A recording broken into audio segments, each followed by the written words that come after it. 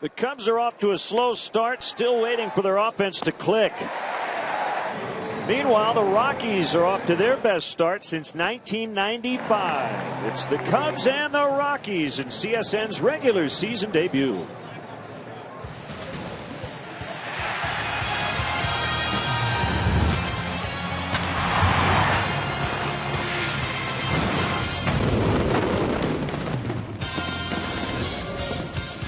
From Coors Field in downtown Denver, Colorado, we're set for Cubs baseball on Comcast Sportsnet. Tonight, it's the middle game of a weekend series. The Rockies with a 5-1 win yesterday. Great to have you with us alongside Jim DeShays. I'm Len Casper. Offense has been the story this week, and just kind of playing back-to-back games. This will be the first time the Cubs have done that, but they have not scored enough runs. Yeah, Cubs, I think, just having a difficult time getting into any kind of a rhythm of the games back at Wrigley. Of course, very cold pitchers' nights there, but you thought they might get a little something done here at Coors Field. It did not happen in the ball game yesterday. So far, some ugly numbers, but just 3 games into this, hitting a $140. Haven't gone deep yet. A very home run dependent team last year, and just 4 extra base hits. The Rockies off to their second ever 4-0 start. They're hitting .322 as a team, so just about everybody's hitting, but yesterday it was a double play combo. Yeah, DJ LeMahieu, the former Cub, had a big day, as did Troy Tulowitzki. Dickerson's been swinging it well. Morneau hit a home run yesterday. We'll focus on LeMahieu and Tulowitzki, what they've done so far this year. LeMahieu with a .941 OPS. Tulowitzki doing what he always does. He got the big hit yesterday, 2-run double off Travis Wood to give the Rockies the lead. Well, it was supposed to be Wednesday for Jason Hamill's season debut, but that got pushed back because of the Tuesday rainout. So he goes against his former team, and the Rockies will have a right-hander on the mound as well. Yeah, a couple of big right-handers going tonight. Jason Hamill has never faced the Rockies. Of course, he pitched for them for 3 seasons. Last year, made 29 starts, was 10-11 with a .347. Kyle Kendrick, over from the Phillies, a free agent acquisition this winter, was really good on opening day for the Rockies. He pitched 7 shutout against the Brewers. Well, yesterday the Cubs did have some chances. They just could not cash in often enough in a 5-1 loss. We'll have game 2 of this series as the Cubs try to even their season mark next.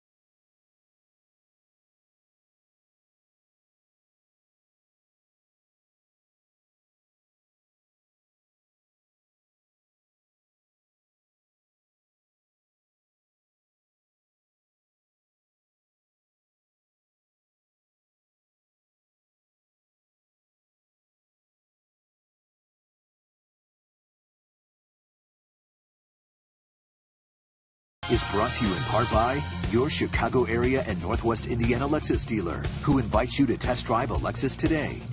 Blue Cross and Blue Shield of Illinois. Through it all.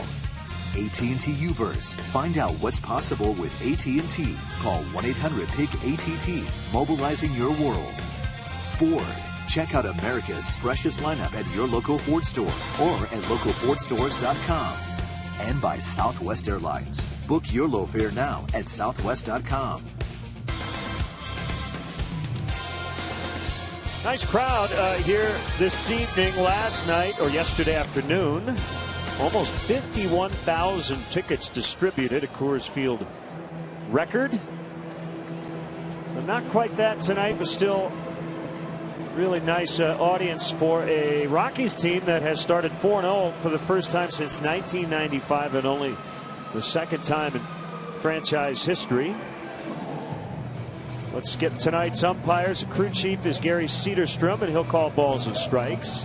Eric Cooper's at first, Rob Drake at second, Quinn Wolcott, who was behind the plate yesterday, is at third. And let's get the Cubs Southwest starting lineup against right-hander Kyle Kendrick. Dexter Fowler doubled in his Cubs debut and has gone 0 for 12 since. Jorge Soler, Anthony Rizzo, Miguel Montero, good numbers against tonight's Rocky starter, and he's going to hit cleanup with Castro fifth. Chris Coughlin plays left. Mike Olt is at third. The pitcher batting eighth once again. That's Hamill tonight. And Arismendi Alcantara plays second and hits ninth. Check in with the Rockies defensively this evening. They've yet to commit an error this year. They're doing everything right. Pitching, hitting, solid defense. Tonight they line up this way. Dickerson, Blackman, Gonzalez, left center, right infield. Boy, solid on that left side with Arenado and Tulowitzki. DJ LeMahieu, a Gold Glove winner last year. Justin Morneau, very good at first as well. Nick Hundley, the veteran, is behind the plate, and the Lexus pursuing perfection starting pitcher for the Rockies tonight is veteran right-hander Kyle Kendrick. Oh, that's right. Hendrick's on our team.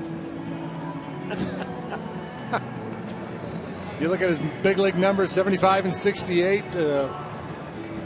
Pretty durable, dependable guy with the Phillies over the years. It's going to be interesting to see what he does here at altitude. Well, if tonight's Cubs leadoff man gets a hit, Binny's Beverage Depot will donate $100 to JDRF. And as I mentioned, Fowler did it on opening night in the first inning against the St. Louis Cardinals without a hit since. And yeah, you have these team slumps every once in a while, and unfortunately for the Cubs, it has happened here these first 3 games of the season. They're only 2 for 25 with men in scoring position, but we should also note, JD, they're not getting on base enough. They have the lowest on base percentage at .224 among all teams. So that's a bad combination. You're not getting guys on, and you're not getting those guys in. And, you know, I think certainly understandable. Those first 2 games against the Cardinals, dealing with Wainwright in the opener, and then the cold weather, Wrigley, tough to hit. Yesterday's game, you know, that's the one that probably sticks in Joe Madden's craw a little bit. The fact that Matzik, the young starter for the Rockies, really struggled with his command. They got into that bullpen in the 5th inning, but still managed to score just the 1 run. Both teams wearing different uniform tops than they did yesterday. Cubs, one of their 3 road jerseys, the blue yesterday, the CUBS grays in this one. And there's $100 to JDRF as Dexter Fowler finds a gap. He may be thinking 3. Around second, on his way to third, and he will be safe, standing a triple on the first pitch. And that's something that's been lacking from the Cubs, not only not hitting for average, but not really driving the ball. Dexter Fowler, this is what he did a lot of when he was a member of the Colorado Rockies, routinely double digits in terms of triples for a season, and a great start here as he whacks this one into the alley in left center. 58th career triple. He led the majors with the Rockies in 2010 with 14 and just gliding around the bases. Long loping strides. Rarely do you say an easy triple, but that's what it was for Fowler. And that's the nature of this big ballpark too. Not only does the ball carry, but those big alleys is going to yield a lot of doubles and triples. You don't often see triples into the left center gap. One of Soler's first 2 hits of the year, a triple. Strike called. It's 1-1 on him. There's Kyle Kendrick, 6'3", 210. Fastball, he tries to sink it. He'll cut it. He's got a curveball and a change. Fastball velocity a little bit below average.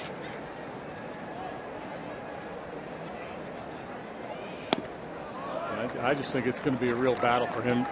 It's tough for any pitcher in this ballpark, but when you look at his profile, he had the lowest strikeout rate in the National League last year, striking out just 14% of the men he faced, and balls in play really bite you in this big yard.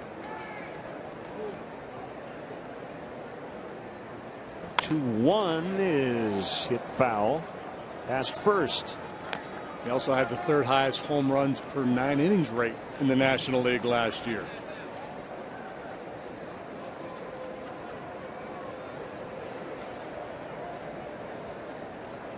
Having said that, as you mentioned, he went 7 shutout innings, no walks, in winning on opening day at Milwaukee. 2-2 on Soler, infield back. Fly ball to center. This will get Fowler in no problem. As Blackman makes the catch, and the Cubs lead 1-0. Pretty good throw by Blackman.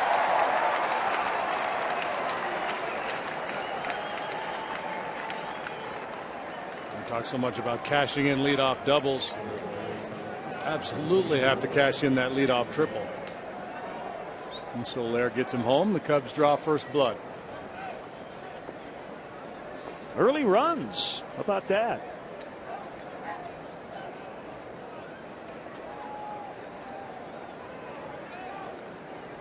So 2 batters in. It's 1-0, and now Anthony Rizzo as the Rockies overshift on the infield.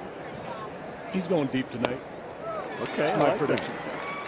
I got Rizzo in the first Cub to homer this year pool.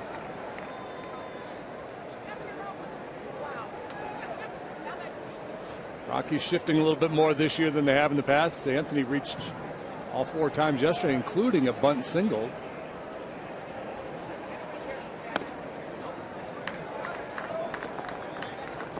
He's already been hit by 3 pitches in the first 3 games.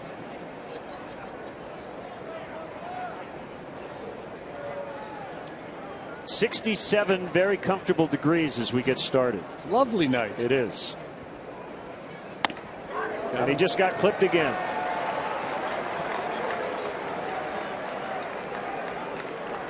Anthony drops his bat in frustration. I don't think it's so much because he got hit.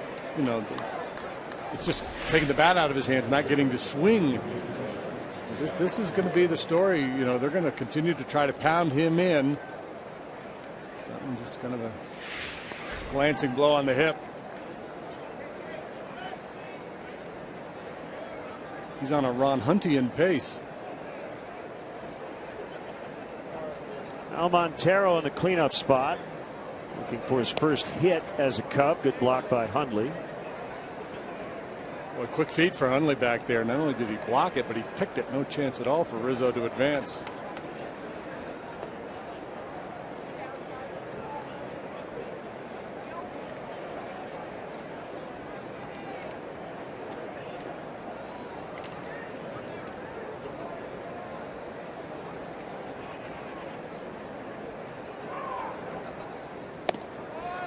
Missed badly, and that'll send the catcher out.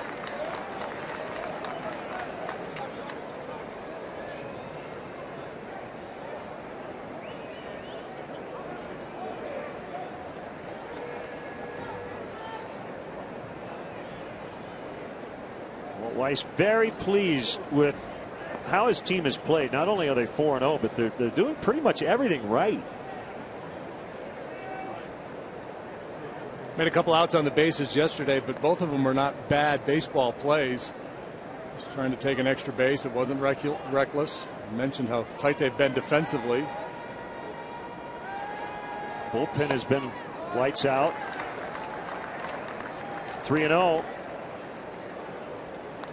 They only got 4 innings out of their starter Matzik yesterday, but Bergman, Brown, Betancourt, and Logan 5 scoreless on just 1 hit. Check that, no hits. Montero draws the walk. So the Cubs now with a hit batter and a walk after the triple and sac fly. Maybe starting a second rally here in the opening inning. No, and it was in the first couple innings of the ball game yesterday where Matzik was really out of sync. You know, he hit Rizzo, he threw a pitch behind Castillo. He was all over the place. The Cubs did not take advantage here. They got a chance to put a crooked number on the board early. Provide a little breathing room for Jason Hamill.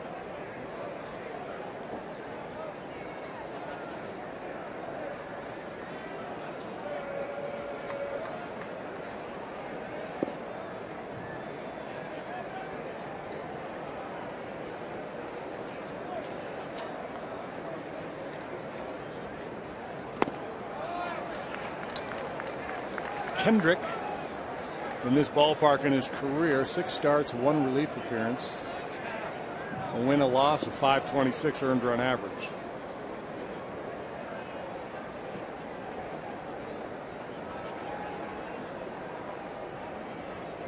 .1-0 to Castro's high.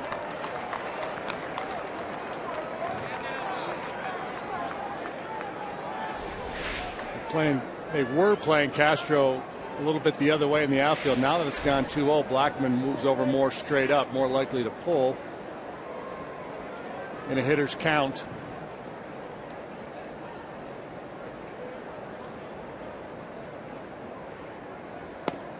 Missed again, 3-0.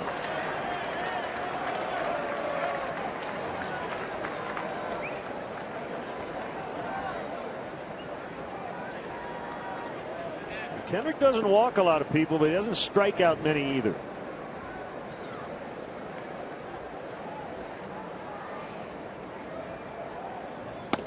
And there's strike 1. Bronx cheer here in the Rockies.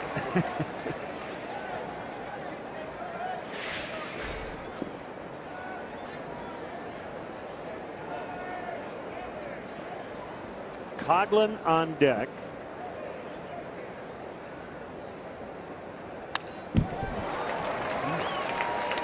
They've been late getting started on that fastball. Castro had a good pitch to hit on 3-1.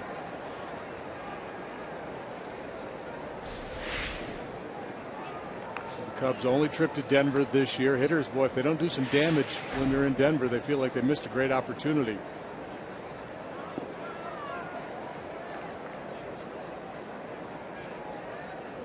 See what the runners will do here on 3-2. They're both moving, and Castro pops it up into shallow left center, and both Rizzo and Montero will have to retreat.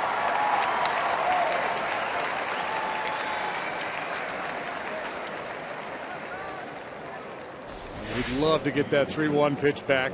He fouled back. A little off-speed pitch fading down and in had him fooled.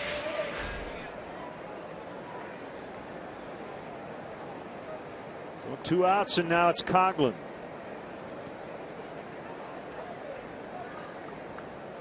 Pinch hit yesterday and went 0 for 1, 1 for 7 so far this season. Nice comeback year for him last year in his first season with the Cubs.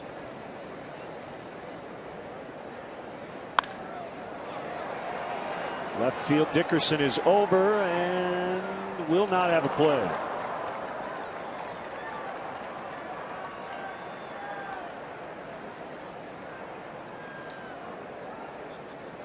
Cubs have had so much turnover when it comes to hitting coaches. But the new hitting coach, John Maley, actually has worked with a couple of guys in this lineup, Chris Coghlan and Dexter Fowler. Coghlan with the Marlins a few years ago, and Fowler with Houston last year.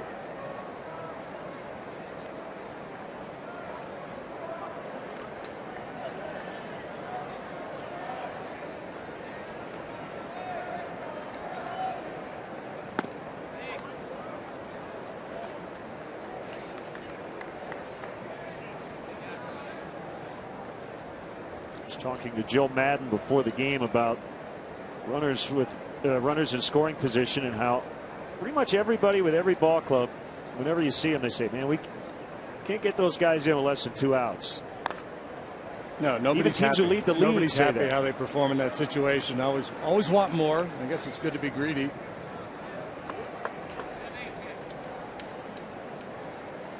he is not concerned. It's so early. He just wants guys to relax. The last thing you want a guy to do, especially in a big spot, is to grip the bat tighter. Yeah, you have to have confidence in the guy behind you in the batting order. You don't want to go out of the zone, swing at bad pitches because you're pressing. Ground ball to LeMahieu, and Kendrick able to limit the damage after the leadoff triple and sac fly. Cubs won. Rockies coming up.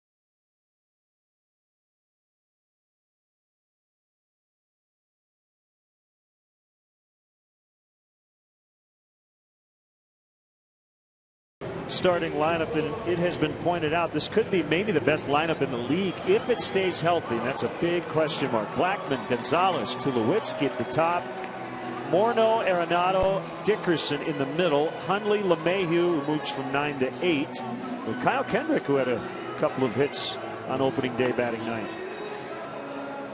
And now we look at the Cubs afield. Dexter Fowler and Jorge Soler both with outfield assists in the ball game yesterday. They're joined by Chris Coghlan in the outfield, third to first, Olt Castro, Alcantara Rizzo, Miguel Montero behind the plate, and our Lexus pursuing perfection starting pitcher for the Cubs tonight is right-hander Jason Hamill. With the Cubs last year, 8-5 with a .298 earned run average, 17 starts. Really some of the best pitching of his career. So he begins his Cubs career part 2.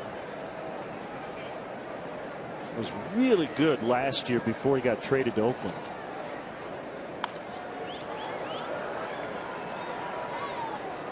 And his time with the Cubs really made an impression, so much so that he wanted to come back. And the Cubs wanted him back. Threw the ball very well this spring. Yeah, he did. He really did. He seemed to get better as the month of March went on. Yeah, we saw him 93, 94 miles an hour with the fastball. He's throwing his curveball a little bit more in the spring. I don't know if that will continue here in the regular season. Having said that, this is his first start since April 1st. Threw a few more pitches on his bullpen day Wednesday. That was the day he was supposed to start, but the rotation got reconfigured after the rainout Tuesday. And the 2-2 is a line shot, and Soler maybe battling a little sun here in the late afternoon, early evening hours, able to make the catch. No style points there, just catch it. Battle it, catch it. Just make sure you don't fumble it. Give yourself some good field position there at the 20. And ball crushed by Blackman. Maybe has a little topspin working too.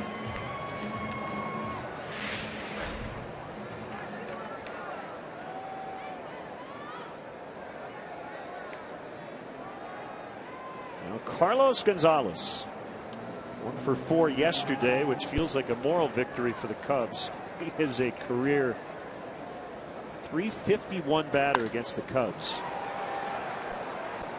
And this should be easy for Coghlan. And it is. That's a can of corn is what that is.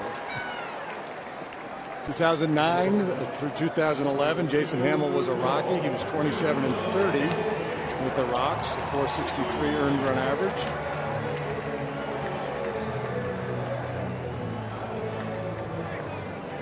So can we have a little fun with Troy Tulowitzki and Boone Logan? I'm the man, I'm the man. He plays I'm the man for his walk-up music. I like that. That's confidence. So after their win yesterday, Troy Tulowitzki talked about the look in his teammates' eyes that he likes. Yeah, that's. Boone Logan in the Denver Post story, we're hungry. Our attitude down there, meeting the bullpen, is a little different this year. Yeah, guys say that kind of stuff all the time. Is that maybe the results leading to those comments? Yeah, if they're 0-4, would you hear the look that's in the what eye? I mean. Yeah, I like the look in the eye. We're hungrier this year. Why are you hungrier this year than last year? That basically tells us if that's true, then you didn't try hard enough last year. You didn't care enough. It's just, I think it's just the dance guys play with the media. They're expected to say certain things, and I don't know. Maybe they believe it.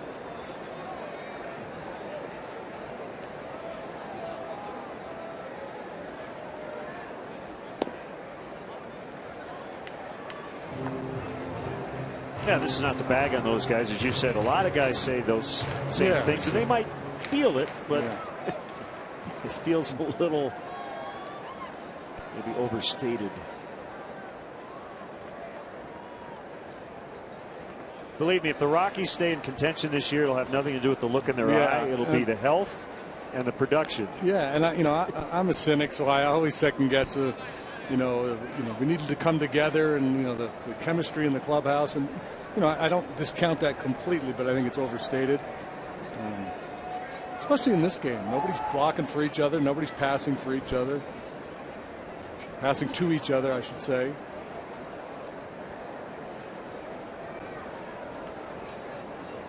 Now, roller derby, chemistry's big. Yeah, chemistry's blockers, very big. Jammers. That's why Joni Weston was so important. And she had game, but she was a real leader on the ring, on the oval. Tulowitzki hitting third tonight. He hit second yesterday for the first time since 2009. But really kind of the number 3 hitter after the first time through. The pitcher batting 8th yesterday. And called strike 3. Tulowitzki, no argument. Hamill goes 1-2-3, 1-0 Cubs after an inning.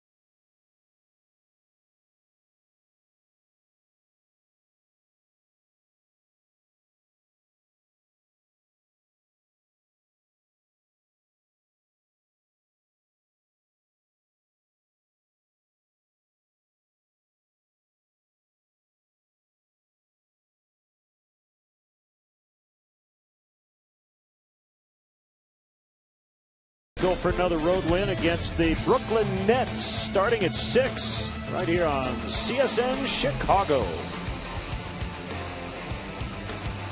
Love this part of the country. And if you do get out here to Denver, check out Boulder. It's only about a 30 to 45-minute drive away. And I know Joe Madden has talked about his love for Boulder. 1975, he played on a semi-pro team in Boulder. Yeah, and then he came back in 1980, a team I played on in Boulder. He was there kind of as a player coach. Isn't that a great city? Yeah, great town. He worked at the Baseline Liquor Store that was owned by Baldy Muschetti, who ran the team.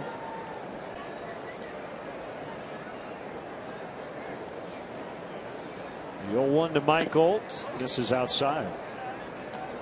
And I believe the story is Joe proposed to his wife outside the liquor store right a few years back.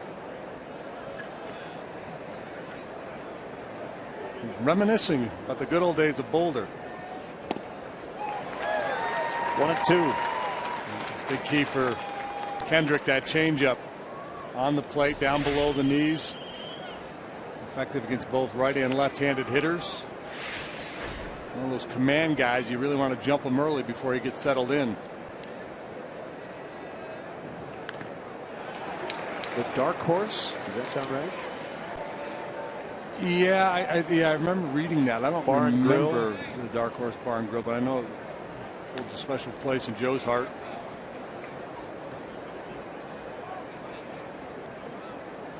He had an old Volvo that he drove. He let me borrow it. It did not go into reverse.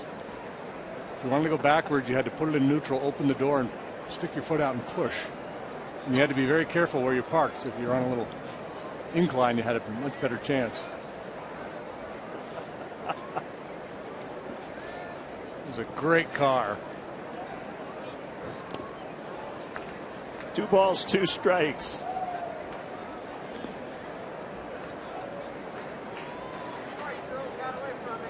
There's the pitcher Hamill on deck. Don't let that batting average of 0 bother you, because he hasn't batted yet.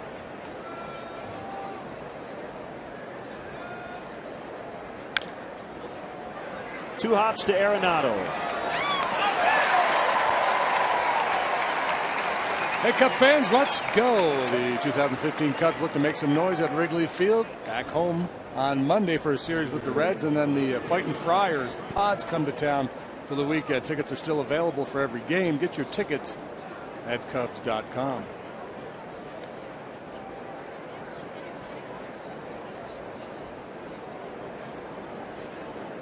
Hamill, 1 career homer. It was with the Rockies. It was not in this ballpark.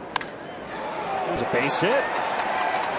It was off Zach Greinke in Milwaukee in 2011. So that 0 batting average now is 1,000. Hit a $135 last year. Just playing a game of keeping up with the Jones. The Cubs pitchers did a pretty nice job. They did last year. They really did this spring. Travis Wood leads the way, but well, toe tap, good bat flip, and it all working. He's taking this thing seriously. As he did the 80s theme the other night for the Bricks and Ivy ball. Got a little Miami Vice look going on there. I was thinking more Wham. I didn't ask him. Contra fouled that one off his front foot or leg. You see he's got a shin guard on that right leg. And on this trip, Jason was wearing the Indiana Jones fedora type hat. Style segment brought to you by, and there's a bit of no fun for Alcantara.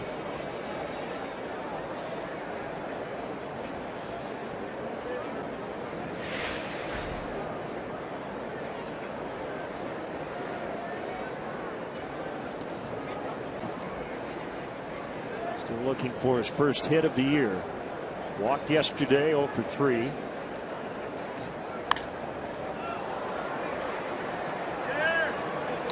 Dickerson just couldn't get it.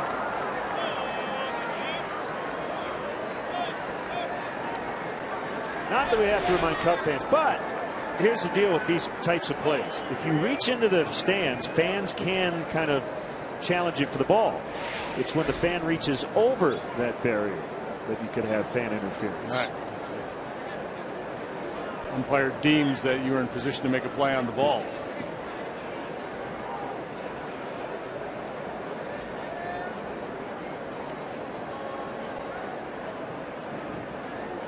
Morneau playing behind Hamill. Pitch in the dirt. Kendrick, good athlete. Quarterback and punter in high school, Mount Vernon High in Washington, the state of Washington, and had committed to Washington State, but Philly signed him instead.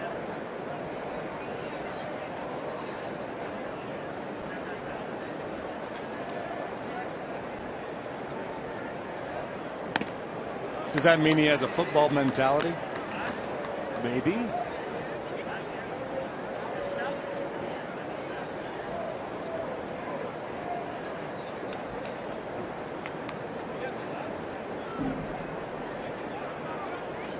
Do punters have a football mentality? I guess literally a football mentality, yes. I think the quarterback part of them had probably more of a football mentality than the punter part of them.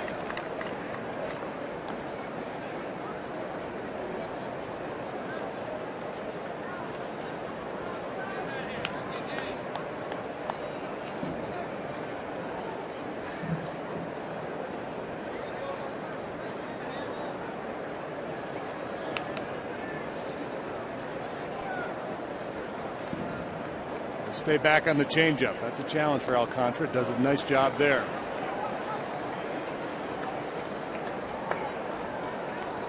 Lots of swings and misses from Arizmendi last year as a big leaguer. Struck out in over 30% of his plate appearances.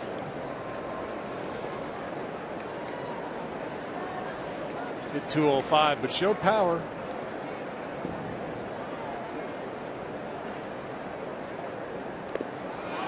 Good at bat. Is that the 0-2 to 4-2 that Joe talks about? It might have been. Yeah, I think it was. Let's take a look at our Xfinity high-speed action. And Dexter Fowler, the man coming to bat now, started the ball game this way. First pitch of the game, rifles it into the alley in left center. A stand-up triple. Jorge Soler brings him home with a sac fly. Yeah, that'll get a mention. I'm sure in the post game, Joe Madden will say that was a beautiful thing, man. That 0-2 to 4-2. He loves those sequences. So 2 on for Fowler. And that goes back to the conversation we had last inning about not pressing. Don't panic. And the longer, not always the case, but typically the longer guys are in the league, the more they start to kind of figure out how people are trying to pitch them.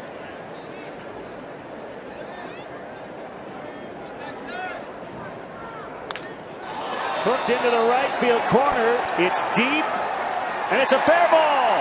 Cubs are going to get a couple. Hamill with Alcantara right behind him. Throw to the plate late. Another triple. This time, Fowler knocks in 2, and it's 3-0. A great start for Dexter Fowler. Yesterday was his first game back in this ballpark after being traded to the Astros, and he took an 0-for yesterday, so great start here this evening. Looks a little gassed. He's been running a lot early, hasn't he? That's a double triple. That's a rare double triple. He's kind of eyeballing it, thinking that maybe it was going to fly out of the ballpark, but still able to cruise on into third base. And more importantly, plate 2. Infield in. Strike called on Soler.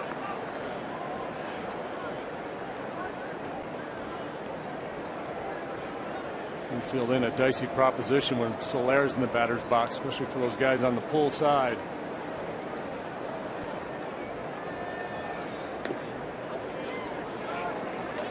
Okay, I got one for you. Since most guys rarely hit the ball on the ground on the opposite side, how about an extreme shift with the infield in? Put 3 guys on the left side of the infield with an infield in.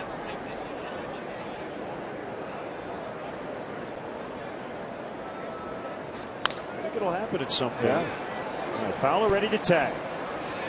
Gonzalez not very deep. Here comes Fowler, and he's going to stop. And he should have gone, and now he'll stop again. Well, I think he should have gone. Well, go ahead. Well, we talked about this in spring training, and we talked with the manager about it. The idea of the 1-out sac fly, that mathematically it's something you really should try. Because the idea of getting a guy in with 2 outs now is actually less than it would have been of him scoring. And it's easy to say after the ball got by Hundley, but with Fowler's speed, I would have tried it. Yeah, and the thinking being, the formula changes a little bit depending on where you are in the batting order. You got Rizzo up here, so he's got a fighting chance of driving this run in. But the theory is that even though it's a shallow fly ball, there's a chance the ball is going to be offline or kick away from the catcher, as it did. The fear is if the defense plays it right, you look silly because the guy's out easily at home plate. I think it was Pete Palmer at the Sabre convention in Arizona. I think he talked to Brian Kenny. Whatever the note was, it was teams don't do it enough. Will pop up off of third. Arenado with a long run to make the catch. Cubs get a couple on the triple by Fowler. It's 3-0 early.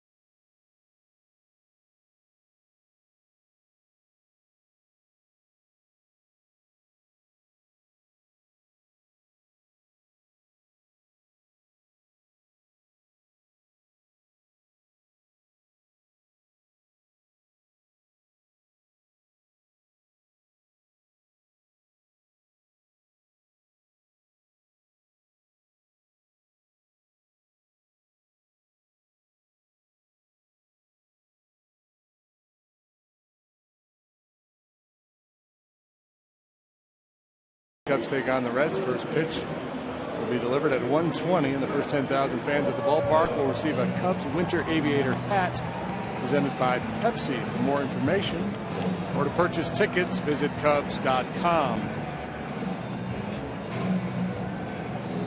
It's been the Dexter Fowler show early. He has snapped in 0 for 12 with 2 triples. So his 3 hits this year have all been extra base knocks, double, triple, triple. A little early cushion for Jason Hamlin. You can never have enough in this ballpark, especially against a team hitting over 300 in the first 4 games of the season. Justin Morneau came off the bench yesterday and cranked a home run for his 1,500th career hit. To a slow start, 2 for 15, but he won the batting title last year, hitting .319. Lowest since Terry Pendleton back in '91. .319 average. 5 out of 11 lifetime against Jason Hamlin.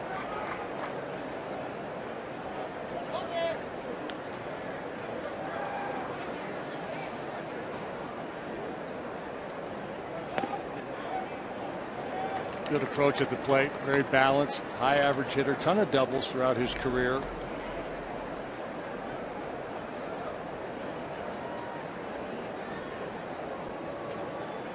Two, 3 years ago, he lost a bunch of time due to concussion. Laces that one out toward the alley, and Fowler with a good speed is going to keep Morneau to a single. That's why you've got to have speed in the outfield. If Fowler doesn't flag that down, that's 3 bases. easily. Yep. Very challenging outfield to play here. Not just the altitude, the way the ball carries, but there's so much ground to cover. So important to get that quick first step, and that time Fowler does. Great break on that ball and good route. He immediately turned and started retreating, knowing he would need to do that to cut that ball off. Well, Nolan Arenado, the third baseman, off to a fantastic start. 7 hits. He's knocked in 5 and scored 5.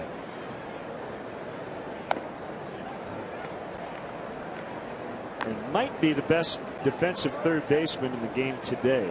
2 years, 2 Gold Gloves.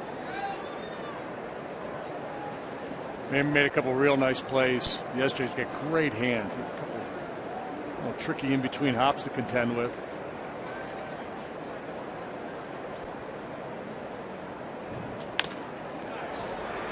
Just foul.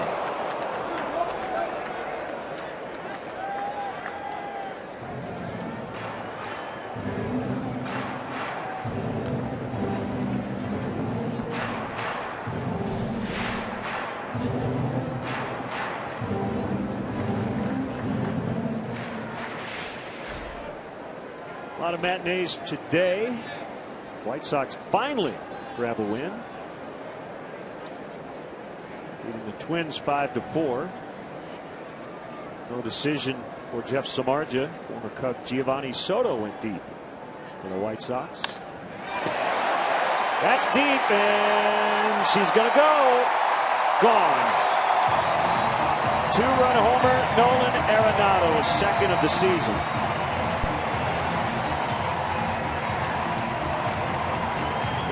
Starting to feel more like a typical Coors Field ball game than what we saw yesterday. Just a mistake fastball from Jason Hamill to Arenado. Free swingers, your forward home run replay right down the middle, right down Blake Street.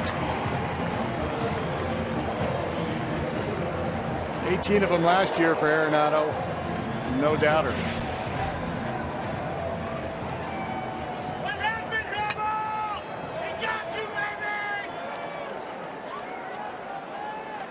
Well, if this is a typical Coors Field game, then you do think twice about sending a runner on a shallow fly ball, because you don't want to run into any unnecessary outs on a night that this could potentially be. If this ends up being a 13-12 game, you want to save those bullets. Yeah, typically in every game, you're thinking early on is big inning, and then as the game gets deeper, you start thinking about one-run strategies if need be. And you can kind of multiply that when you play at Coors Field. The idea that you're playing for big innings.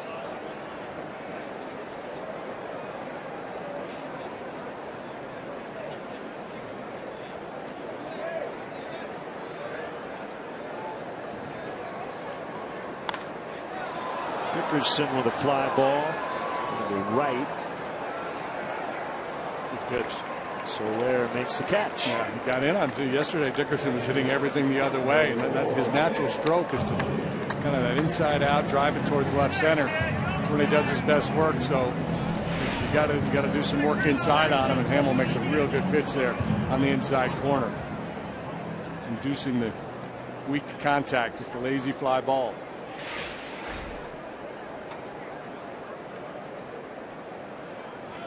Nick Hundley, the catcher,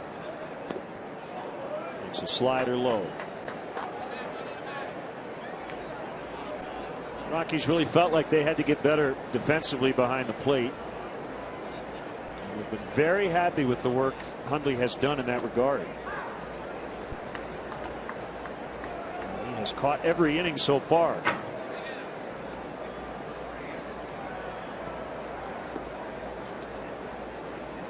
About a 240 lifetime hitter. He's got good numbers against Hamill, though. Ooh, good slider. Home run ball got Jason's attention. 7 out of 15 with a long one for Hundley against Hamill.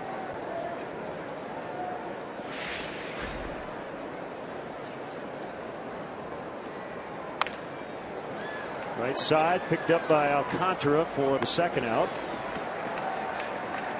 You pointed this out to me before the game. It's, as you said, statistical anomaly. Starlin Castro, this is his 4th game of the season. He doesn't have an assist. We haven't seen a 6-3 ground out, a 6-4. A little routine ground ball to short, throw it to first. Now, he had an error yesterday, but he's had 12 chances in now almost 28 innings. 11 putouts, 1 error. No assists. Yeah, and that kind of helps build his defense a little bit with the error yesterday. The fact that he's had very little action, between the days off. We talk about it for hitters getting into a rhythm. Same thing happens for guys in the field. And he had his struggles in spring training as well. Base hit, LeMahieu. He's got 4 in the series. And he's now 9 out of 18 on the season. That is a .500 batting average.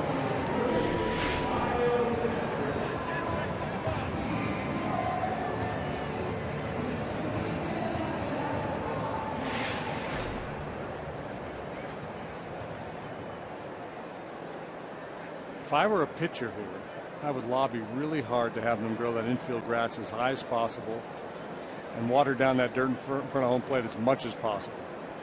Try to equalize the effects here of Coors Field. Slow down some ground balls at least.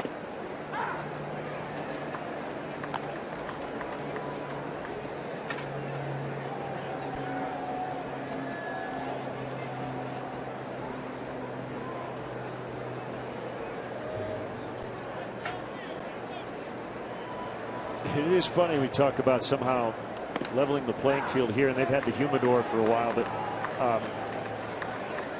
everywhere else around baseball, I'm reading columns, baseball's got to do something to increase offense. And then you come here, and all we talk about is the opposite. This ballpark, in a way, is an anomaly, right? Yeah. Compared to the rest of baseball. Different sport, different sport, but a different game. 2-run homer, Arenado. 3-2 Cubs after 2.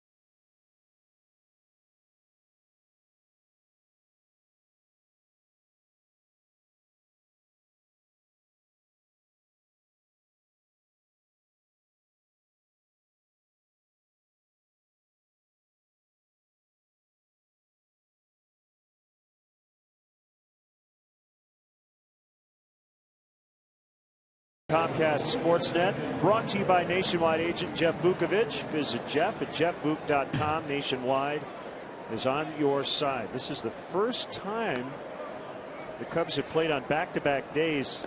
You go back to spring training, Patrick, and you get 2 off days. So it's been a strange week, hasn't it, around the Cubs? Yeah, it's never boring around here, you know what I mean? But yeah, it seems like, you know, we're talking about some of the same things we've talked about for the last couple of years here, with the Cubs getting runners on base and not really getting them in. And, you know, it's our job to kind of overreact to small sample sizes and kind of make big pronouncements, you know, when they've played like 2% of their schedule. So would 3 games be small or minuscule? We have to find a different adjective. I was trying to do the math today because we always make this marathon comparison. So I think we've gone less than half a mile. Was it 26.2? Yeah, we've gone. Yeah, even I could run feet. that. Here's Miguel Montero, Cubs leading 3-2. This is the 4th game of the season. Montero's 2nd start. Ross got the opening night assignment. We saw Wellington Castillo yesterday, and I know you talked to Welly and you talked to Joe Madden about the 3-catcher setup. Unless some trade possibility comes up that really works for the Cubs, I don't think they're in any hurry to make a deal right now. Yeah, I think Wellington would have been gone already if that deal was out there. And I do think Joe Madden, who has a pretty strong catching background, he knows the drop off. If Welly's not here and if 2 30-something catchers get injured, the Cubs could be in a real tough spot. Yeah, that's kind of the worst, I guess, case scenario is you make a deal and then 2 days later one of those guys goes down. But I think Castillo's handled it really well. Yeah, he's done a great job with that. And we all know him. He's always an upbeat guy. He's not really a negative person. He said, this situation isn't going to change me or who I am or how I go about my business. So he's preparing as if he's going to play every day. He won't. But as Madden says, this game has a cruel way of answering questions for you, and it wouldn't be shocking if he winds up playing a big role on this team. 1 strike on Starlin Castro, fly to left in the opening inning, batting 5th in this one. Just the way Joe is talking, I get the sense that Castillo is going to get more starts than I anticipated. He's going to be more, I guess you can't say part of a regular rotation, but I think he's going to get a fair number of starts and with pinch hitting opportunities and then staying in the game to finish. He's going to be a fairly active guy. Well, if you just do it based on the rotation, I don't think it'll happen every time Lester starts, but if Ross generally starts with Lester, that's 1 out of 5.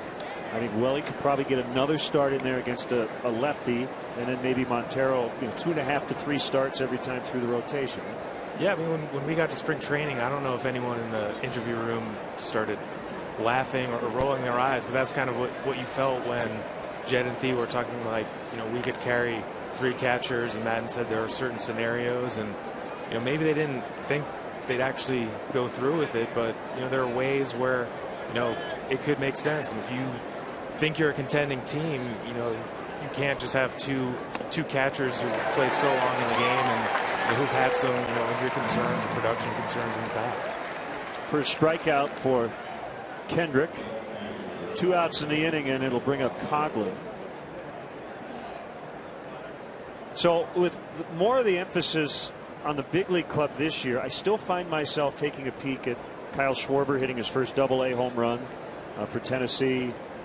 Addison Russell, I guess, made a fantastic defensive play at Iowa. And I know you're always keeping an eye on what Chris Bryant is doing. So there's still kind of parallel fronts, as to borrow the phrase. Yeah, at least it's not as, you don't feel as like creepy looking at all. It feels like we're almost ignoring the major league team, and now it's kind of, Bryant, makes sense. He's so close, and it is kind of interesting to watch, how he responds to, not having that kind of emotional letdown. That ball will go, and the Cubs finally have hit a home run, and it's Chris Coghlan. So JD, I lose the pool. I have Rizzo. You had Rizzo. Oh man. 4-2. Well, he hit 9 of them last year to tie his personal best that he set his rookie year with the Marlins, and it was a big part of the yard here. It's our 4th home run replay. Cubs a very home run dependent team last year, and they're breaking out the bats tonight. Fowler with a couple of triples. Now a long ball by Chris Coghlan.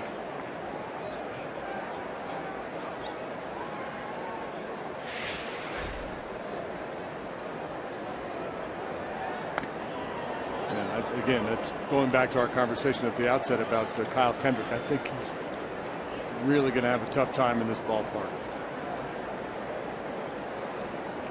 Cubs with 3 runs in their first 3 games. They've got 4 in the first 3 innings here tonight.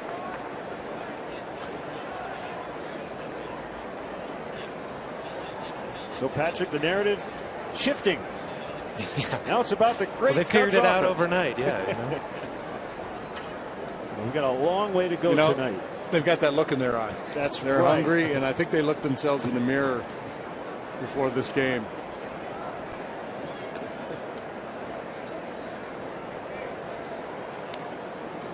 And a good night for the Cubs outfield. Soler with an RBI. Fowler's knocked in 2. And Coughlin is homer.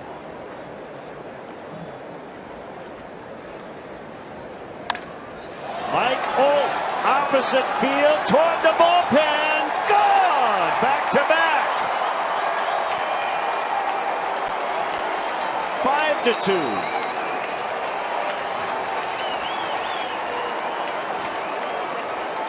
Back to back. That one to the back of the bullpen. Another Ford home run replay for you. Mike Holt had his first base hit of the year yesterday to right field. This time he just muscles that ball. Again, another cookie by Kendrick. You can see the reaction by the Cubs dugout. They knew it as soon as that bat hit the ball. They knew it was going to fly out of here. JD, you know what the Cubs are hitting with runners in scoring position tonight? 200. They're 1 for 5. Yeah. Sure helps when you hit the ball out of the park and for extra bases.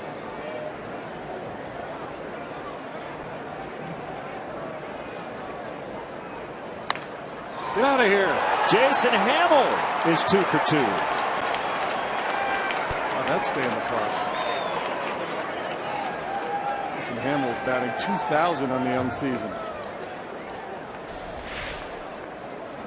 Yeah, you just can't live out over the plate like that. I mean, obviously you don't expect the opposing pitcher to do damage against you, but Kendricks is taking a couple on the chin here, so he's on the ropes. Did you say Kendricks? Well, I meant to say Kendrick has. Oh, I see. Kendricks. So that wasn't. Yeah, it was just a misspeak. It wasn't a whiff on the name like I did at the beginning when I called him Hendricks. Here's Alcantara with 2 outs. Like Norm Crosby. So we will see Kyle Hendricks tomorrow. If we have time later, we'll hear from Joe Madden that he had a couple of funny lines about the very studious right-hander. Yeah, I think he said he could pitch in a phone booth because someone's saying he's had success at Coors Field before, but that the guy's so precise that he can pitch anywhere. And we love him on getaway days because he works quick. He doesn't mess around, and we can make it to the airport in time. Have you started to compile a list of Maddenisms? I mean, you could write a book, just chronicle all his media sessions. And well, he's quoting The Office today about how Michael Scott says if it's on Wikipedia, it must be true. So that'll be our go-to. Hey, you guys heard him talking about the Chinook winds and.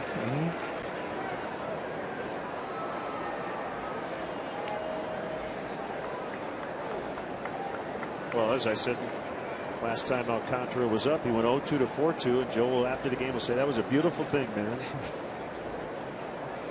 Everyone's man, brother, dude. 1-2, strike 3 call. Patrick Mooney, CSNChicago.com for your Cubs coverage. Coughlin and Holt back to back, and the Cubs get those 2 runs right back. After the Arenado blast, it's 5-2.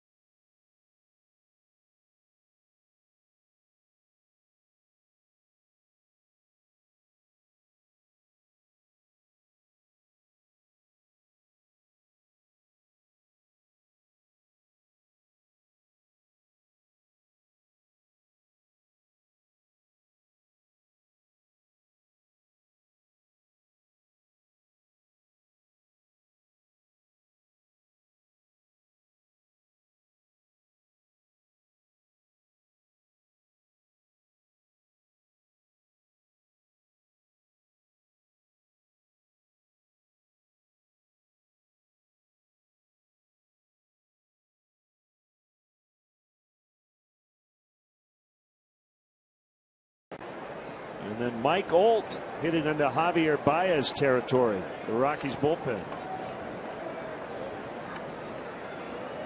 Oh, he's got all the major food groups covered right there.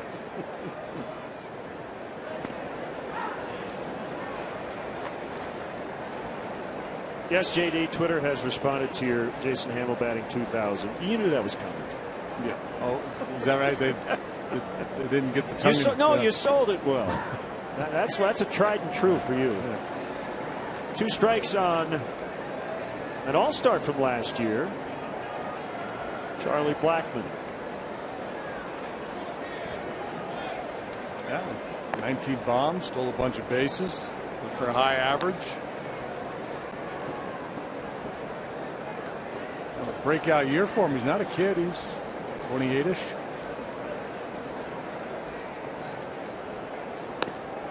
It was late that time as he waited and waited and still couldn't get it. Time for a T-Mobile Game Changers. The veterans on this team have had some big performances against the Cubs. Troy Tulowitzki, 2009, hit for the cycle, a 5-for-5, 7 RBI night. And then the following year, Carlos Gonzalez completed the cycle with a game-ending home run in the bottom of the 9th. 5th player to hit a game-ending homer in the same game in which he hit for the cycle, according to Elias.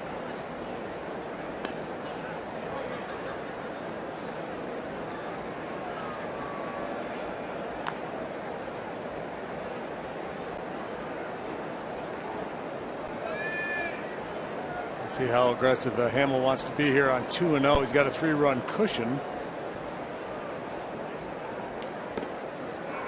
Get over breaking ball works.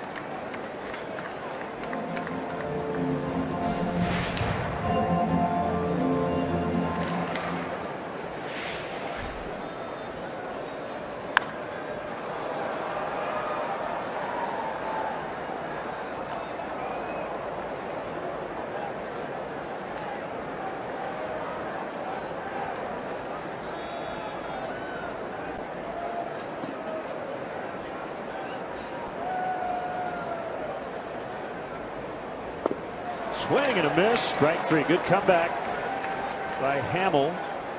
Just 3 great pitches after falling behind 2-0. The breaking pitch in the hitter's count to throw strike 1. Late swing on the high fastball. And you saw Montero prior to that pitch call for that slider in motion. Get it down and in under his swing. Perfectly executed by Hamill. It's 3 strikeouts in a row for him.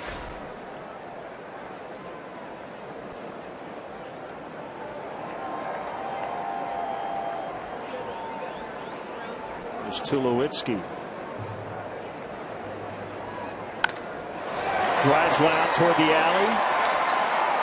Another one hop the fence. And a 2-out double. And no big percentage of trying to get to third base there, so Tulowitzki downshifted pretty early on there, cruised on into second base. Given this 2 outs in the inning and his injury history, certainly makes sense not to push it. Boy, he's attacking early. He's seeing the ball real well right now. He's going up there hacking, and a lot of good things are happening for him. 2-out double. Here's Morneau. The Tigers won again, 9-6. They got 4 runs in the 9th in a win at Cleveland. So the Tigers are 5-0. They're averaging 7.8 runs per game. As a team, JD, they're hitting .364. On base of .433 and slugging .538. Brad Ausmus is the early leader for manager of the year. Yep.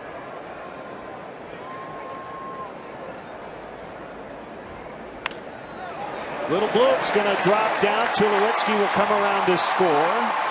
Morneau is 2 for 2, and it's 5-3.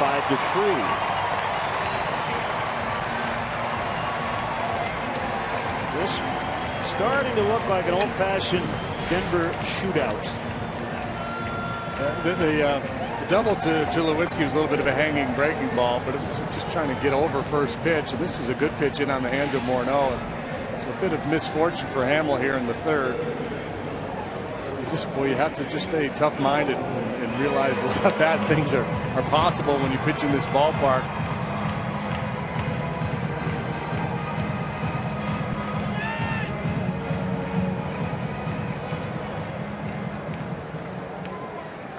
And to go back to your conversation with Joe yesterday about how to manage games like this, it does take away a lot of the strategy. You kind of just have to let it play out. Yeah, it's just, and that in itself is a strategy, but it's a different kind of game. It's not, putting plays on early. The big challenge is how long to go with your starting pitcher, how soon do you get that bullpen up, and sometimes you have to trust what you're seeing and hearing from your pitcher and catcher, not necessarily the results out on the field. Guy might be giving up some hits and a few runs, but if he still looks strong and the ball's coming out of his hand okay and got good action on his pitches, probably ought to stay with him a little bit longer than you would otherwise.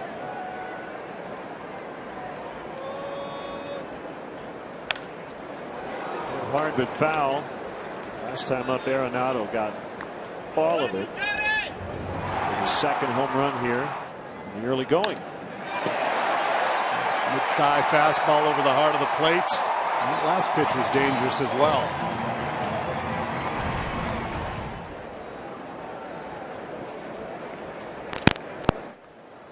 See if Jason can start to command down and away with the fastball to the right-handed hitters. Hit hard, but right on the ground to Alcantara. So another put out for Castro, but no assist. 5-3 as the Rockies get one.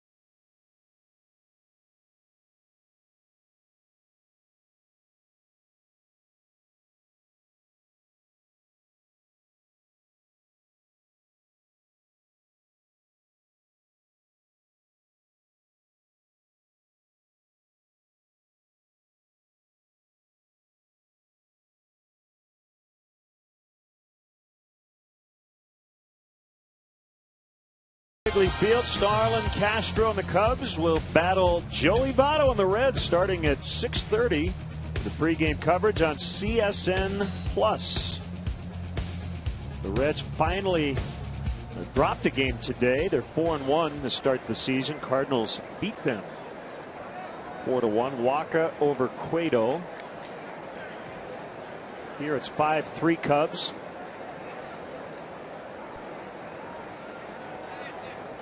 As Dexter Fowler already has, what do you call it, a triple-double or a double-triple? Double-triple. A double-triple.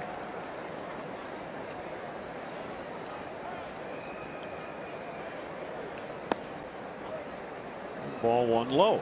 And, checking out Baseball Almanac here for triples records in a game. In 1885, George Streif in the American Association had 4. American League record is 3, and by many. Most recently, Denard Span of the Twins. Didn't Yasiel Puig do it in San Francisco last year? I'm not seeing Puig on this list. There's Fowler's work in the left center. One into the right field corner.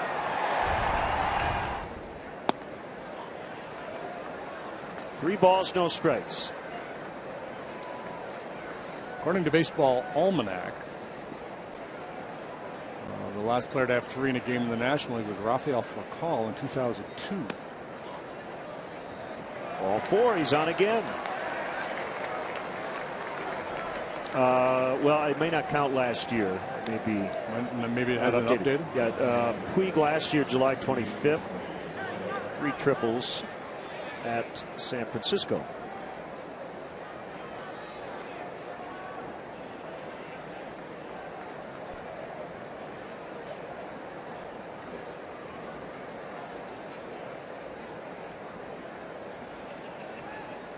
Big lead by Fowler, and Kendrick. Yeah, he's got a quick move. Over. He was tough to run on last year. 5 steals, 7 caught with Kendrick on the mound for the Phillies last season. Nick Hundley's caught stealing percentage last year was not good, but about league average for his career.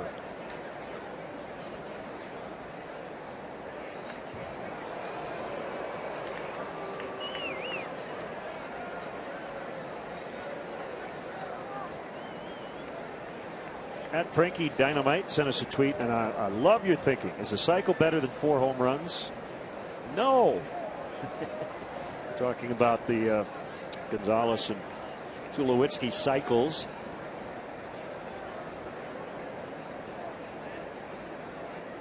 It's kind of a novelty. Kind of by definition, you're going to have a good game if you hit for the cycle. Soler with a base knock. First and second, nobody out. Time to get greedy. And maybe time to get somebody up in the Rockies bullpen. We'll see how Walt Weiss responds. That's his strength there. That pitch is out away from him and down a little bit. That's when normally you'd say, boy, you shouldn't be trying to pull that ball because bad things happen. But he's strong enough to hit it with authority. Most guys try to pull that ball down away from them like that. It's going to be a weak little ground ball and turn into an out, possibly 2.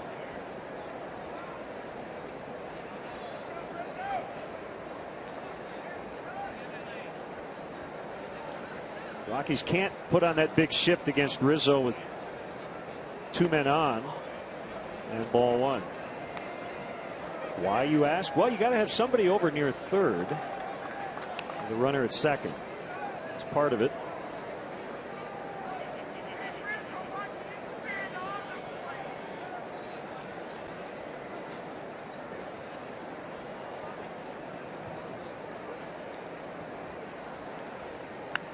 Checked his swing and hit it foul.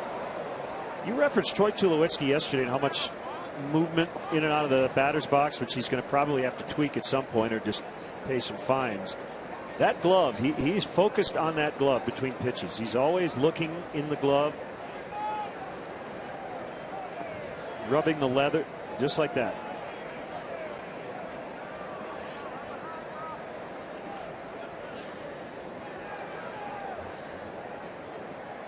You know, he's a fun guy to watch play. He's got a lot of energy. Obviously, he's one of the best players in all of baseball, and he doesn't take a pitch off, and that's the challenge in that position. You're in the middle of so much action. You've got to be fully engaged all the time. That's kind of gross.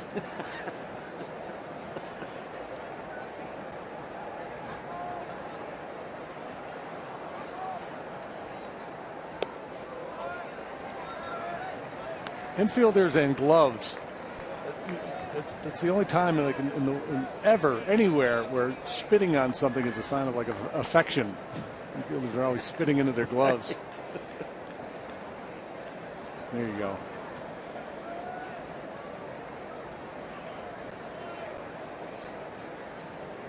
Looks like that one's been around a while. Yeah.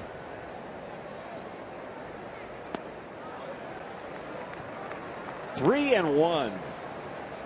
You have to like the approach top to bottom in the order tonight against Kendrick. Yeah, yep.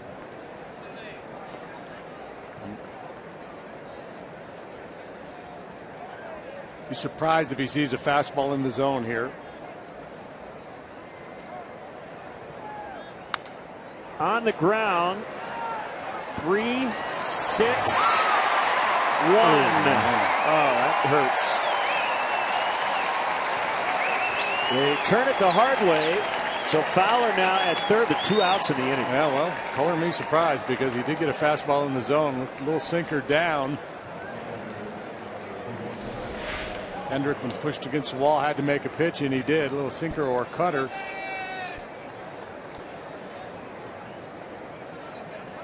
That's a good boy. He's quick and he's got a cannon. Well done all the way around by this Rockies defense. Everybody in that infield has won a Gold Glove, at least one, except for Morneau. I don't believe he's won one, but he's, over the last number of years, he's been one of the better defensive first basemen in the game. This is going to get Kendrick out of the inning. Opportunity missed. But the Cubs lead by 2, 5-3 in the fourth.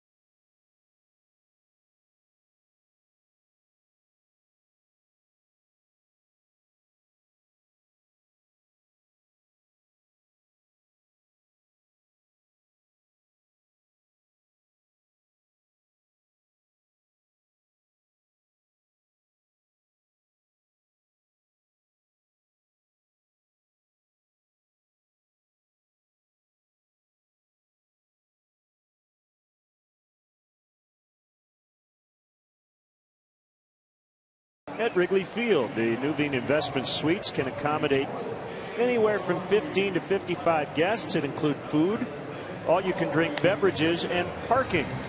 To book your premier experience at the ballpark, visit Cubs.com/suites.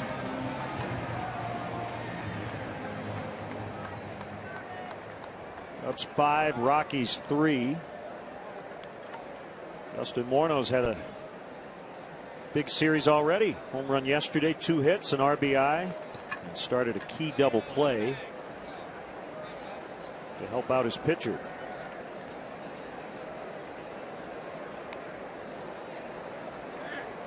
Dickerson, Hundley, and LeMahieu. And a strike on the outside corner. It looks like Gary Cedarstrom, the home plate umpire, is giving a little bit off that outside corner here tonight. He got Dickerson out last time with a cutter in.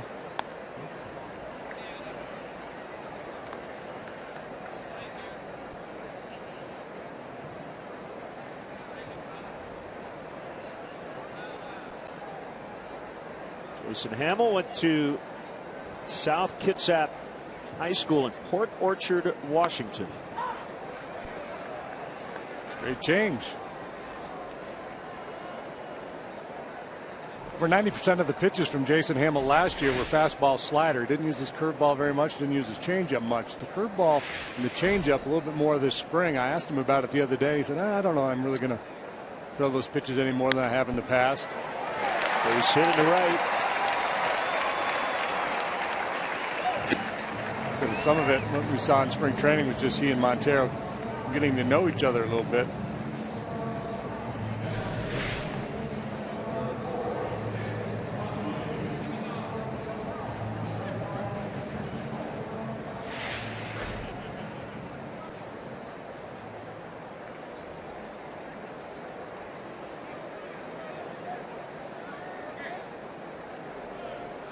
If you like BABIP, this is your kind of game. A lot of contact, ending up base hits. 13 hits combined. Hundley checked his swing and scattered the dugout. Well, that's the number. I bet you we can look that up. Batting average on balls in play in this ballpark. I did that last year. Versus any other ballpark. It's significantly higher, right? Yes. It's gotta be. I mean, the batting average overall would be higher. Yep.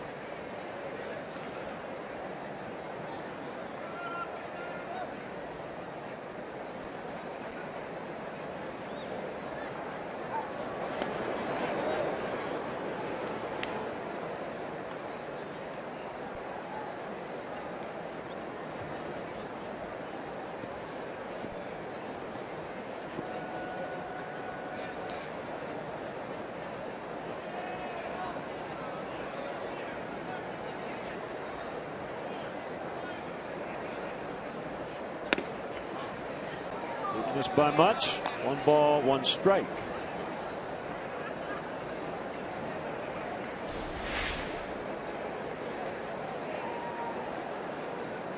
Good pitch to throw if you're trying to get that ground ball for a double play. Runner in on the hands.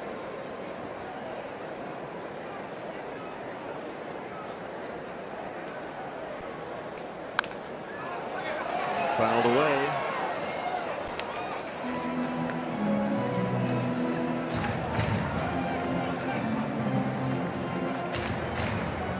That swing by Hundley, he knows what Hamlin's trying to accomplish, and he's trying to work against it, trying to keep his hands inside the ball. He's much more likely to hit the ball in the air, hit it the other way. The last thing he wants to do is roll over and hit a ground ball to the left side of the infield.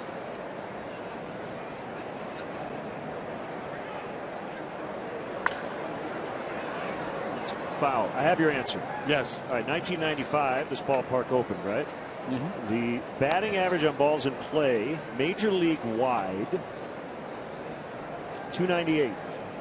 In this ballpark, 330. Wow. So you pick up 30 points of batting average by making contact in this ballpark versus the rest of baseball. So if you're building the Rockies, you want swing and miss pitchers and guys that make a lot of contact.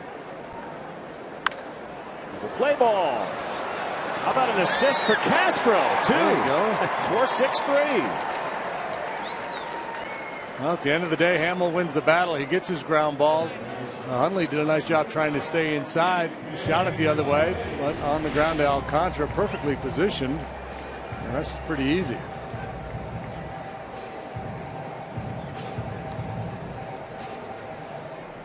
Good feed. Well done.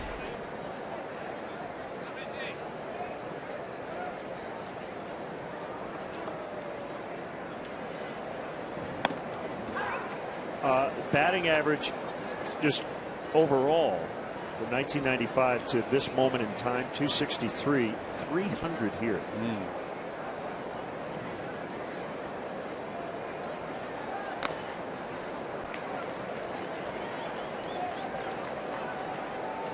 So you jump into the live ball era when you come to Coors Field.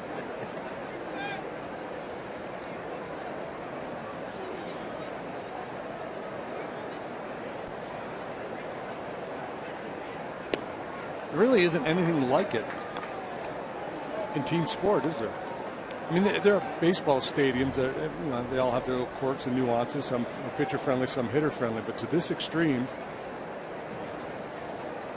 I would totally agree with you. Back in time, old Chicago Stadium and Boston Gardens, the rink was not quite as long. Mm-hmm. You know, now those are 200 by 85. It's all uniform now. But now, yeah, they're all the same.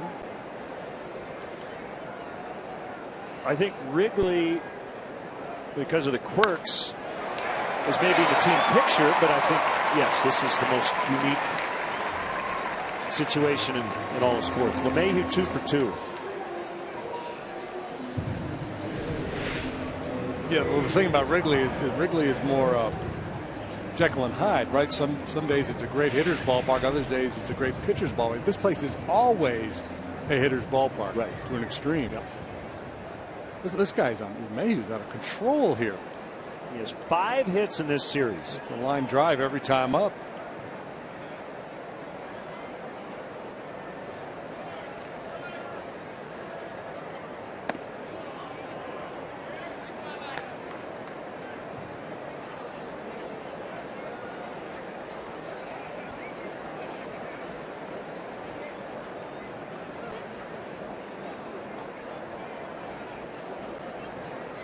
Mayhew asking for signs. There's 2 outs and the pitcher up.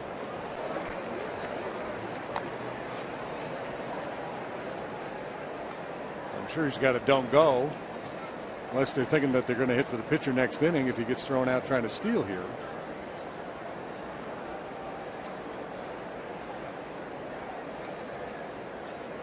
Which may be the case.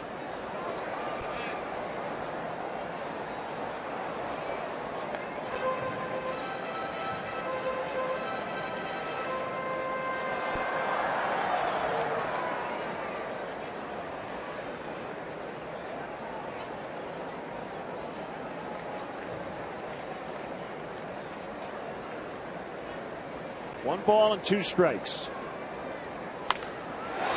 Feathered into right. Soler will cut it off. He's up and firing. That's a bad decision. He got away with it. That was a bad decision. The 2 outs to run on Soler there. Mayhew almost got nailed at third. Yeah, we talked so much about the strategy in this ballpark, playing for big innings. He's lucky. He got away with it. Soler threw a man out at second base yesterday. It's not just the arm, it's the speed, the ability to get the ball, get into a good throwing position, and then unload. I Did they brush that knee on the way by? I have to look at it one more time. Let's see. Nope. He's got the bag, yeah. I really enjoy watching Jorge Soler throw. Whether he throws out a guy or not, he did yesterday. It's not just the strength, it's the accuracy. Yeah, those are fun plays. You kind of see him develop.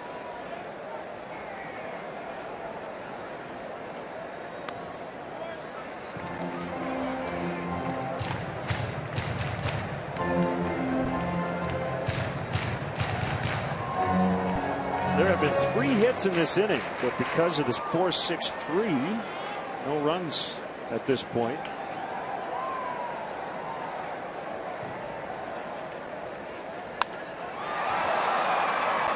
This will get a Hamill out of it. Fowler makes the grab, and the inning is over. 4 in the books, 5-3 Cubs.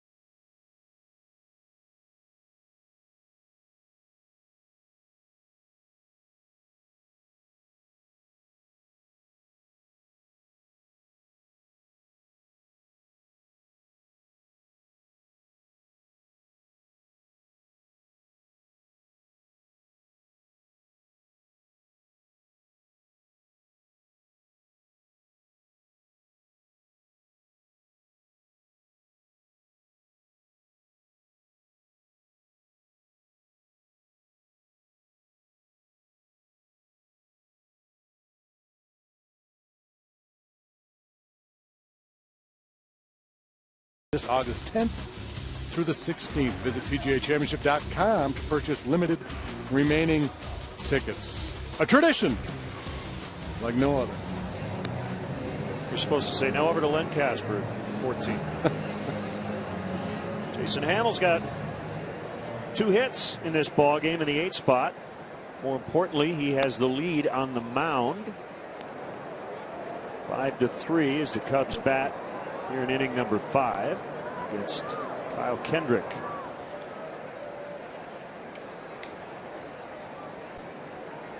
Castro, Coghlan, Olt. Maybe Hammel.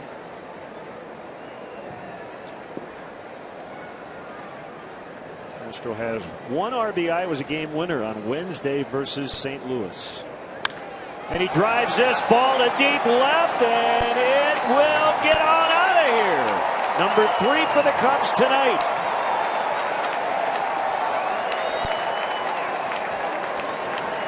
All solo shots. 6-3.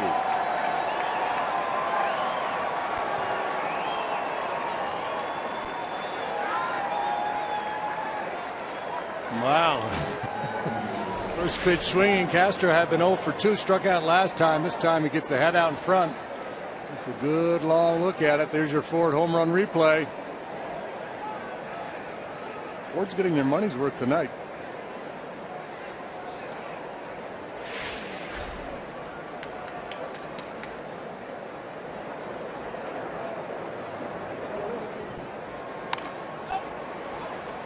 Coghlan, who homered his last time up, grounds out to Morneau.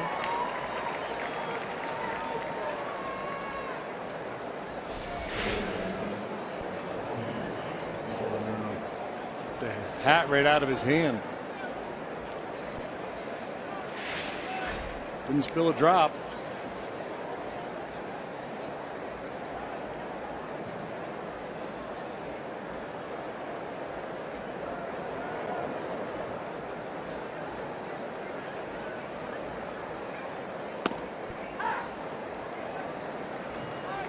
The outside for a strike to Olt.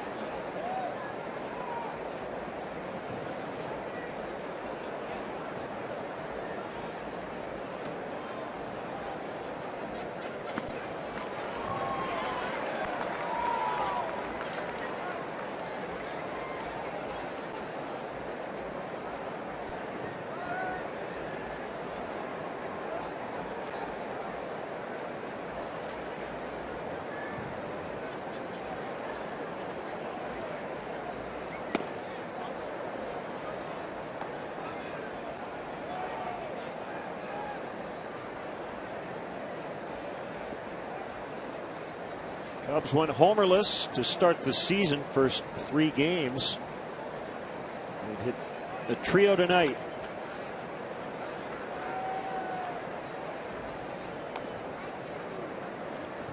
Good take there by Old. He took that one like he knew it was coming.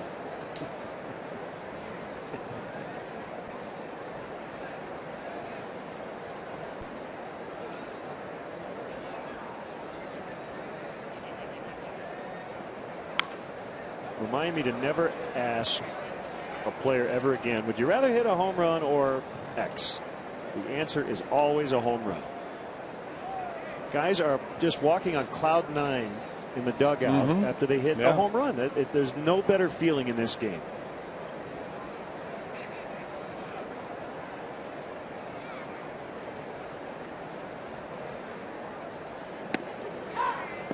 Called strike 3. Tough pitch. Front door cutter.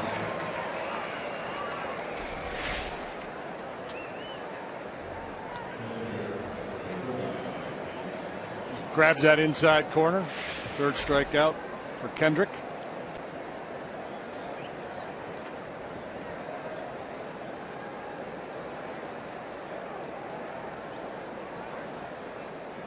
Jason, you can just tell his body language in the box. He's gaining confidence with every at bat.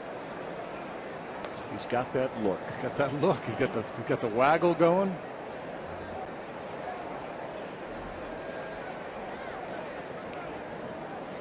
Checking out the defense.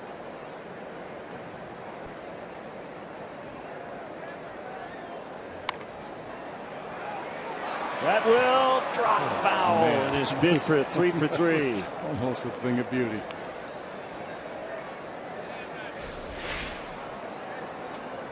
Was he respecting 90? Yeah, he was running.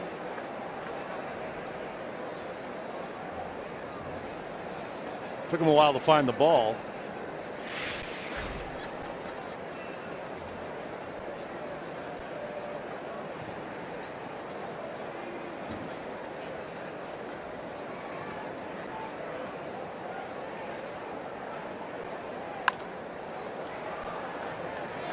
Save your energy here. Tulowitzki will get him.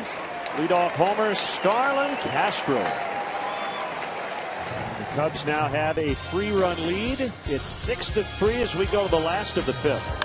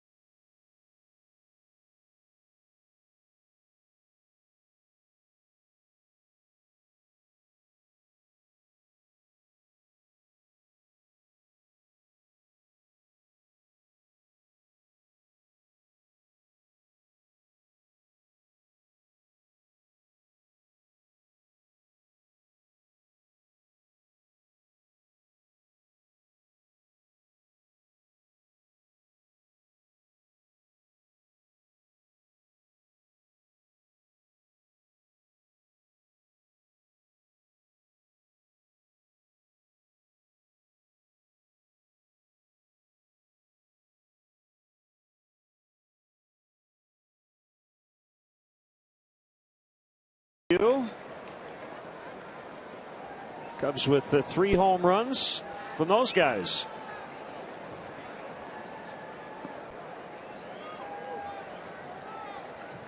Mike Olt actually over on the other side in the shift against Carlos Gonzalez, who swings and misses for strike 1. Wow, Olte hiding over there in shallow right, huh? Keep Castro on the left side of the infield.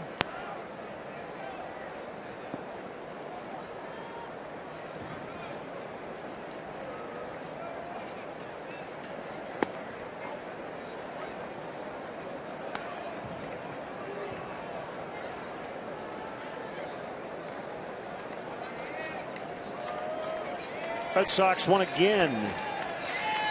8-4 at Yankee Stadium. This will be a 4-3 as a no.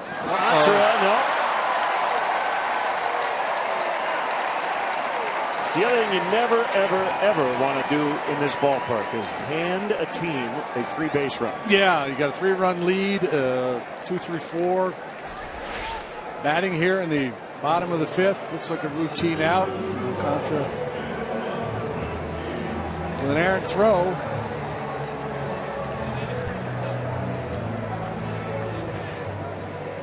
Especially to lead off an inning with Tulowitzki and Morneau coming up. Brewers probably should have been able to hang on to that one.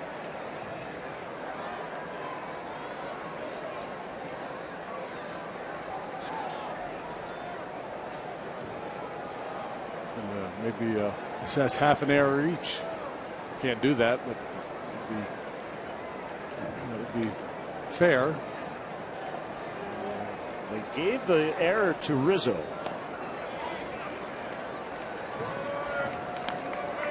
I was saying earlier, the Red Sox beat the Yankees 8-4 today. Game started at 1:08 p.m. in New York. Last night's 19-inning affair went 6 hours 49 minutes. Boston won that one 6-5. It ended at 2:13 a.m. Yank foul. So quick inside. I believe one of the longest game in terms of time in Yankee history. I thought I read that somewhere on Twitter today. I wouldn't be surprised. John Farrell slept for 3 hours and was at the clubhouse at 8:30 this morning.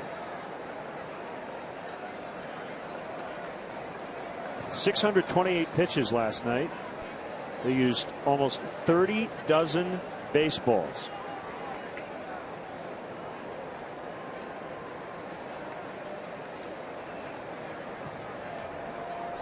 The pitch. Another one hit foul. 1-2.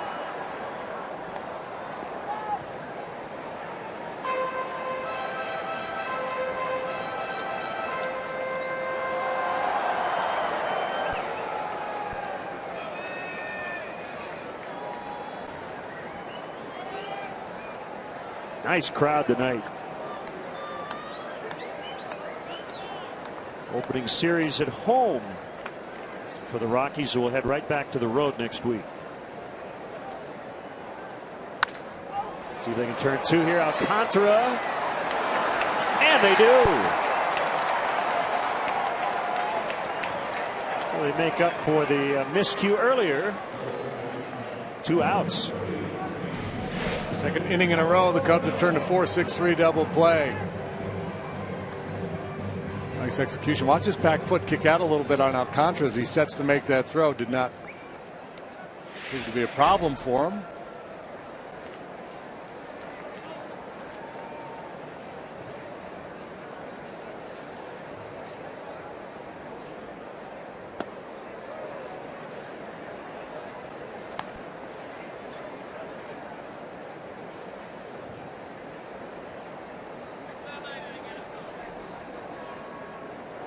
Justin Morneau, New Westminster, British Columbia, Canada.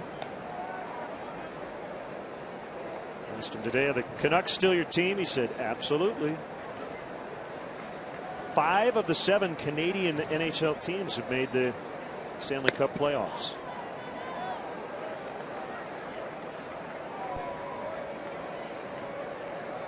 No Toronto. No Leafs, no Oilers.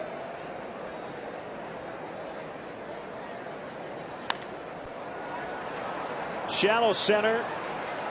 Castro called off by Fowler, and the inning is over. Campbell maybe settling in here with a 6-3 lead in the middle innings.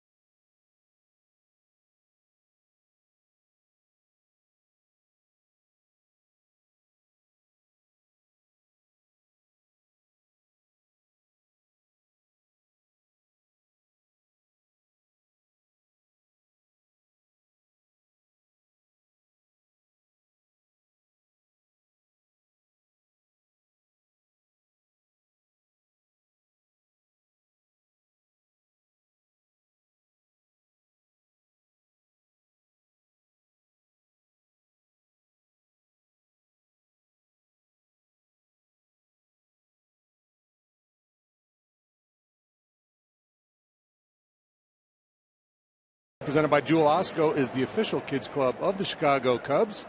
Team up with Clark as a member of Clark's crew and receive kids-specific perks, experiences, and merchandise. Visit Cubs.com/Clark to sign up today. Be part of the fun all season long. They did change the air. They took it away from Rizzo and gave it to Alcantara. Shows bunt, takes a strike. So let's go back to 2008. You may remember this because it was a story that went around baseball. It was pretty funny. Kyle Kendrick was with the Phillies, and it was early in spring training. It was his 0-1. And 1-1. Basically, the entire Phillies team, including the traveling secretary, Kendrick's agent, all the clubhouse guys, the manager, the assistant GM at the time, Ruben Amaro Jr. They played a prank on Kendrick. They had Comcast Sportsnet follow him around. I guess they told him, well, we're doing something on Charlie Manuel. So that was the ruse. Do you remember what they did? Oh, yeah. They told him he had been sold to the Yomiuri Giants in Japan. Now, Major League teams can't just make trades like that, but he bought it. Yeah, and I looked at it on YouTube a couple of years ago. I don't know if you can still find it or not. It's worth a look. It is definitely worth a look. They told him he had to be on a flight at 7:05 the next day to connect through Atlanta, 14-hour trip to Japan.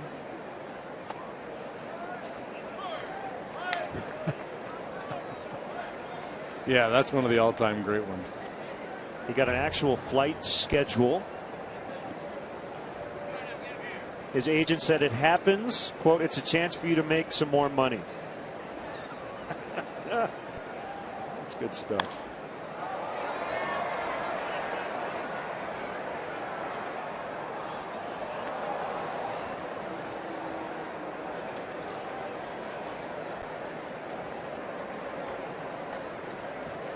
Think about what would go through your mind if you're a Major League pitcher and you find out you've been traded to Japan. Yeah.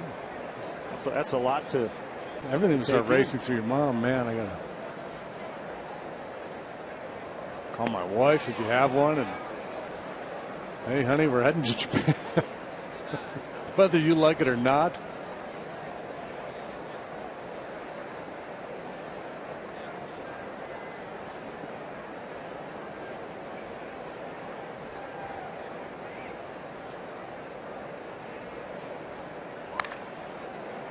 Foul.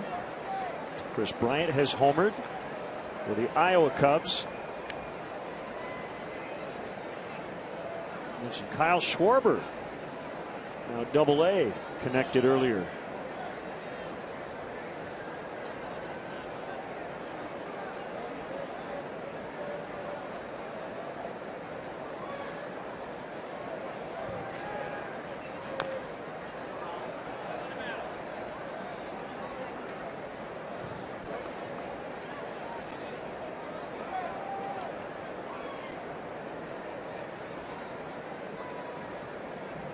Contra's seen a lot of pitches tonight. Went to walk and scored his first time up in the second inning. Struck out looking in the third. Everybody in the Cubs lineup tonight has reached base either with a hit or a walk. Kendrick has not dealt the 1-2-3 as of yet. And there's ball 4. For a hit batsman, Rizzo reached in the first, hit by a pitch.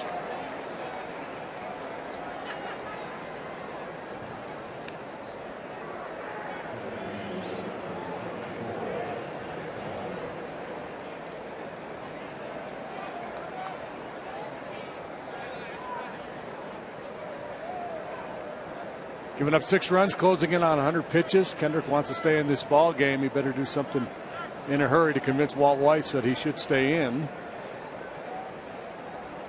Cubs with 13 base runners tonight.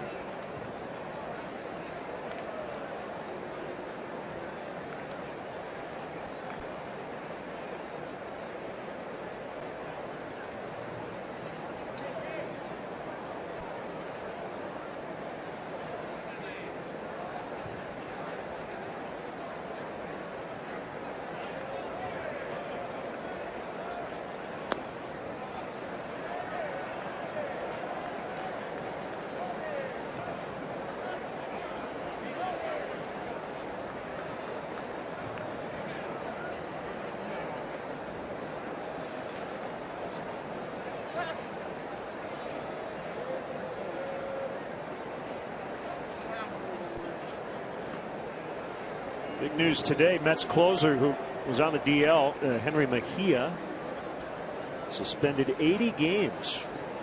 Positive PED test. MLB made that announcement today. Since March 27th, it's the 4th suspension at the major league level for a positive test involving, you know how to say it? Is it stanozol or something like that? Something like that. Yeah, because it seems to me like the last 2 or 3 years, those suspensions have been pretty much limited to the minor leagues. Stanozolol, I guess. It's way high.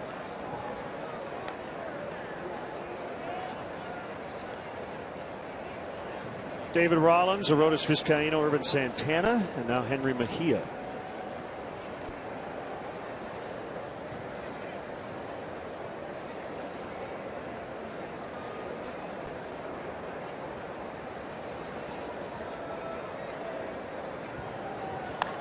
Ooh, had a pitch. Had a night. 2 triples, run scored, couple driven in, a walk. I'd like to get another whack at that one.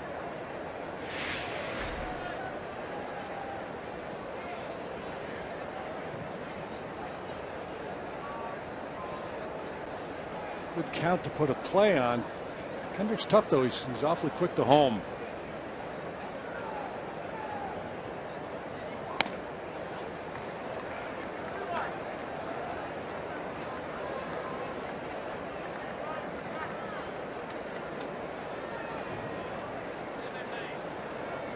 League average walk rate right around 7% last year. Dexter Fowler almost doubled that. Good patient approach. There goes Alcantara, and Fowler fouls off the mask of the catcher Hundley.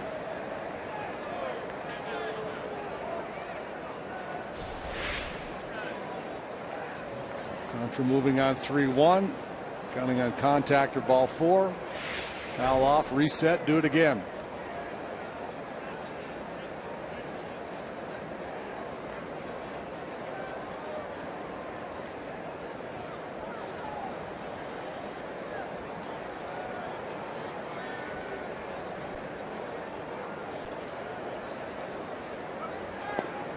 Ball 4. Thing of beauty. Yeah, that's a great walk because a lot of guys, when that guy's in motion, get a little jumpy there and might offer at that pitch. That was a chase changeup, and Fowler showing good patience. Takes the walk. Would be it for Kendrick.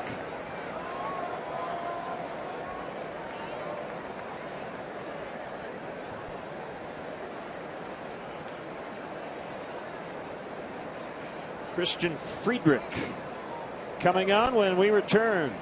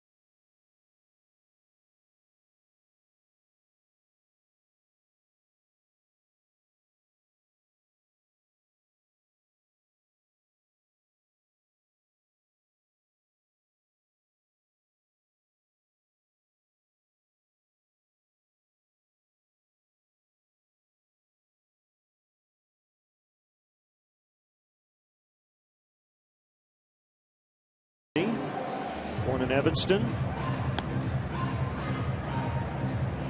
On in relief of Kyle Kendrick. Works for the third time the Rockies this year. Last year, 16 appearances, 3 starts. He was 0-4 with a high ERA. A little below average in terms of velocity. There's a lot of sliders. Curve and a change as well.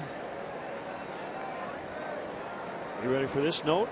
I am. His dad, Bill, is the Cubs team dentist.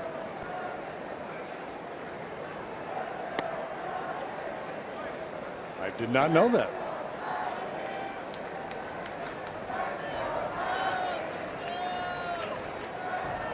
Emily and Friedrich will talk it over. So it might not be a good thing for these Cub hitters to inflict too much damage on Christian. Dad might take it out on him. Is it safe?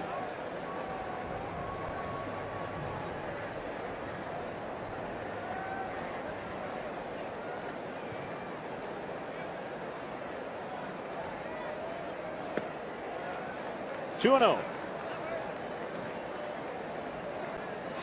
Back-to-back walks. That second leadoff guy, Alcantara, that really plays into what Joe Madden kind of envisioned with the pitcher batting 8th. The night Alcantara's had in that 9 spot. So Soler is hitting number 2 in the order, but he's really a 3 hitter.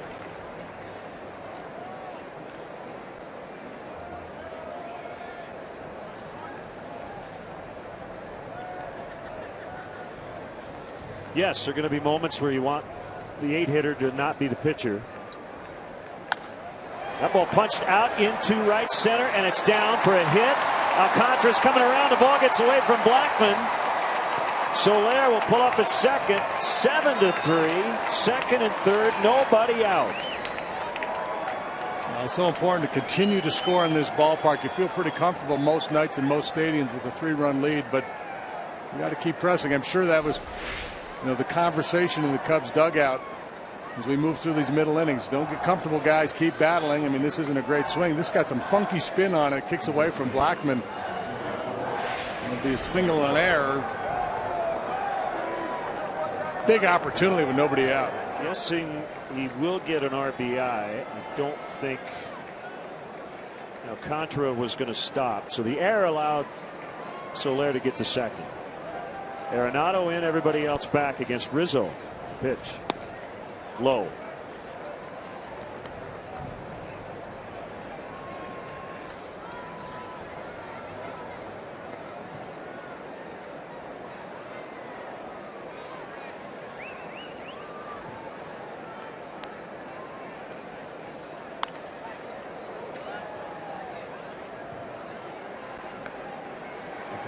You come into an at-bat like this, if you're Anthony Rizzo, you're the middle of the order guy, you're the main guy in this lineup, so you're thinking about inflicting damage as the at-bat goes on. If you fall behind in the count, then you become a little more willing to sacrifice power to make sure you put the ball in play. Just a little 3-hopper to second base, gets one in and one more over to third.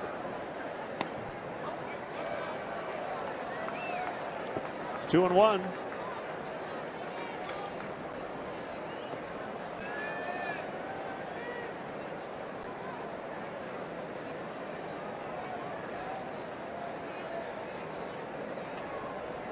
Big jump last year for Anthony against lefties.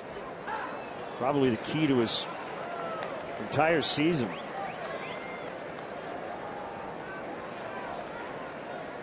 He answered a lot of questions, didn't he? Just a great job of identifying a problem from the year before and fixing it.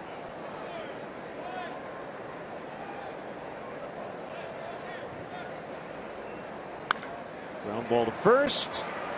Fowler's in. It goes 3-1. It's an RBI ground out for Rizzo, and it's 8-3. Good job. That's a 2-for-1 special. Yep. You get Soler to third with only 1 out.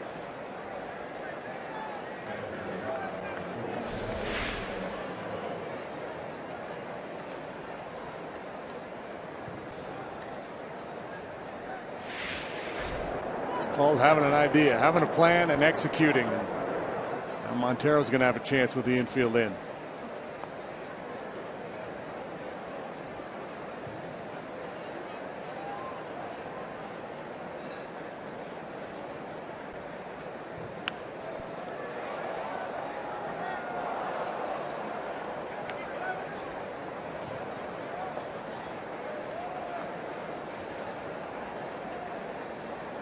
Friedrich, a first-round pick, number 25 overall in 2008 by the Rockies.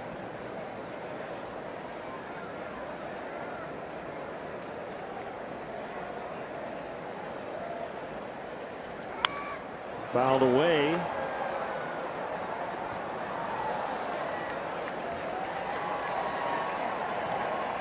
Montero has walked, flied to left, and grounded out to second.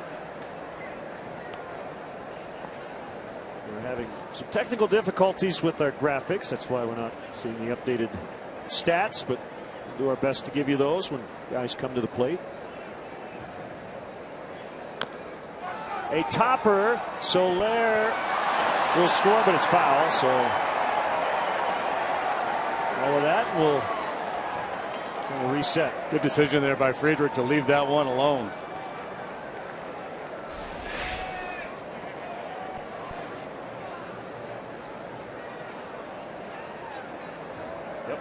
Just at the last there, he pulled off, realized he wasn't going to have a play.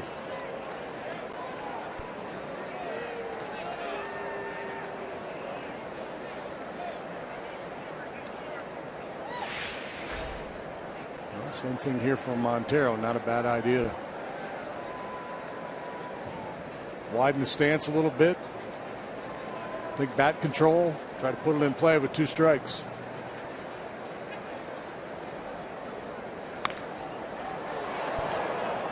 Foul.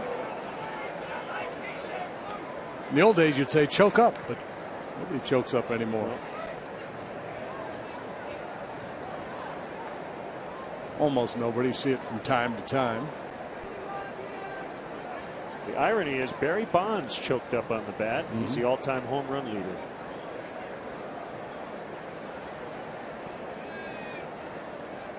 Infield in, 2 strikes to Montero on the pitch, and he went. And that's a strikeout.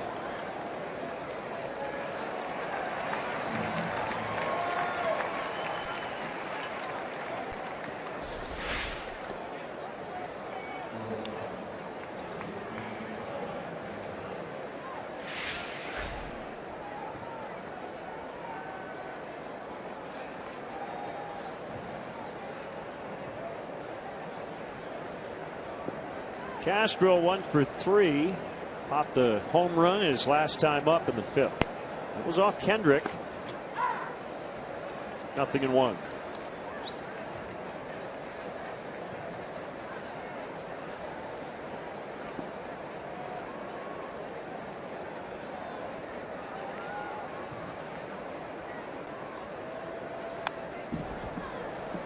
Big swing there. Another home run swing, looking for number 2. Here's number 1. Leading off last inning, first pitch swinging.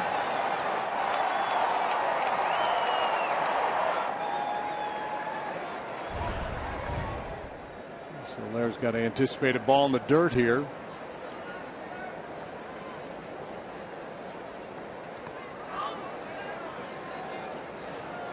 Well covered by Hundley.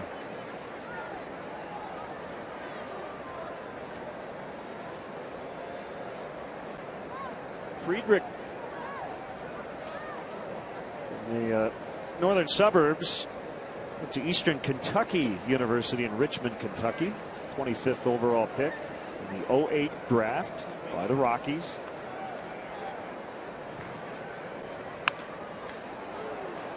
Struck out 18 in a 7-inning regional game in high school. And that was with Loyola Academy in Wilmette.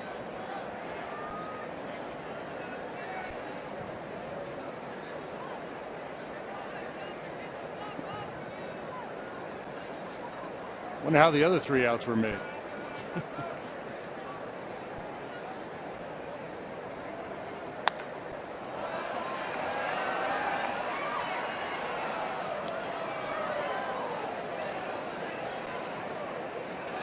Ask his dad while he's giving you a shot of Novocaine.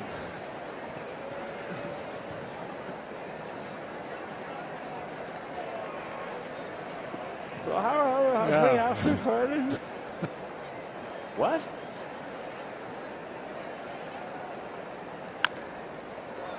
To third. Arenado's throw is late. He got Starling. Yeah. Trying to call himself safe. That was dangerous. He hurt his back. 9-3 on an RBI infield single. That was an awkward landing. With an assist to Rizzo, that ground ball that got one in got Soler to third. Realized he's not going to score on that infield hit. And there's the ugly end of the play for Castro. No medical attention needed. That's the good news. Telemark landing at the end.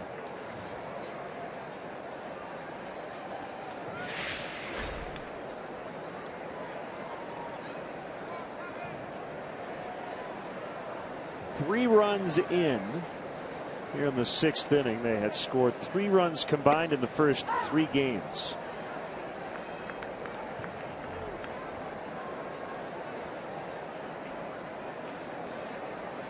Coghlan 1 for 3 with a home run.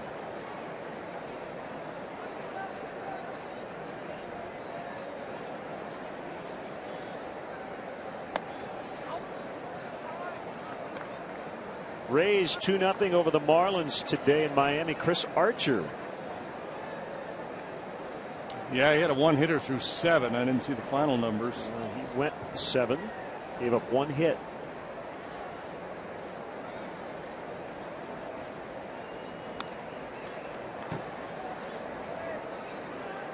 The pitching matchup in Philadelphia. They've moved to the 10th. Nationals and Phillies 2-2. Pfister and Cole Hamels were the starting pitchers in that ball game. Hamels really got knocked around in opening day, but pitched well tonight.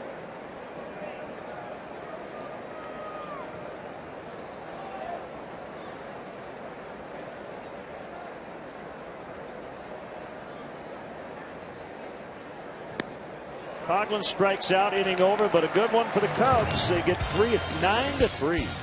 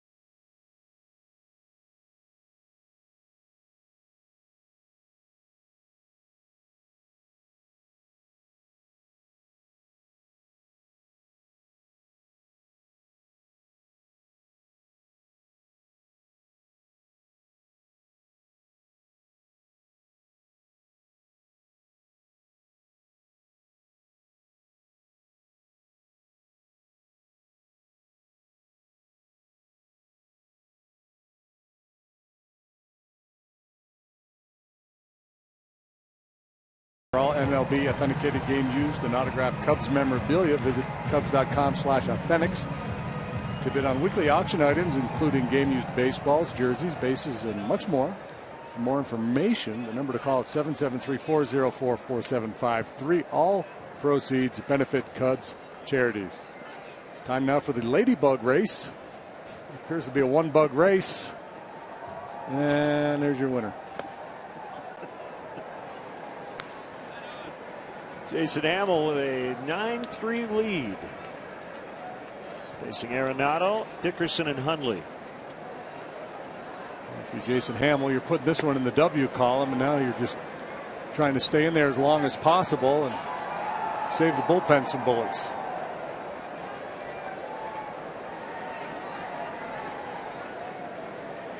He's at 81 pitches now.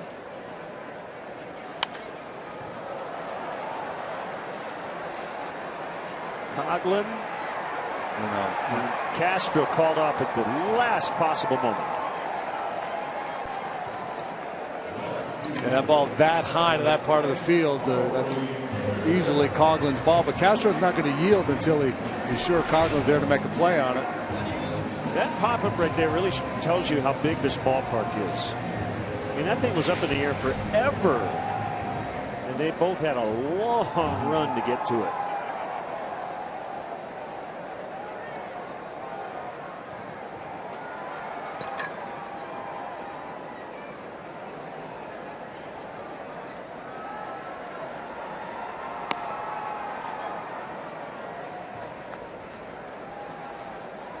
I mean, we are farther from the field, I think, in our booth at Wrigley Field than we are here. But Chris Coghlan looks like he's across the street on Waveland right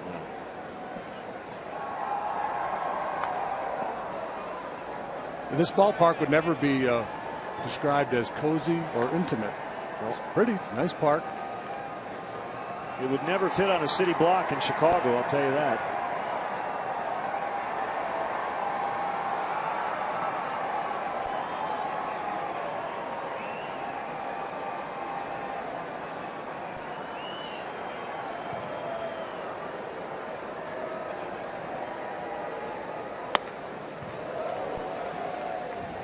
Two. Some renovations here the last couple of years. They have a rooftop. Somewhat reminiscent. And Waveland and Sheffield. That's in right field in the 1, 2, 3, 4th deck. Yeah, they've created a bunch of food and beverage options up there. Very neat place to hang out and watch a game, socialize as much as watch the game, I think.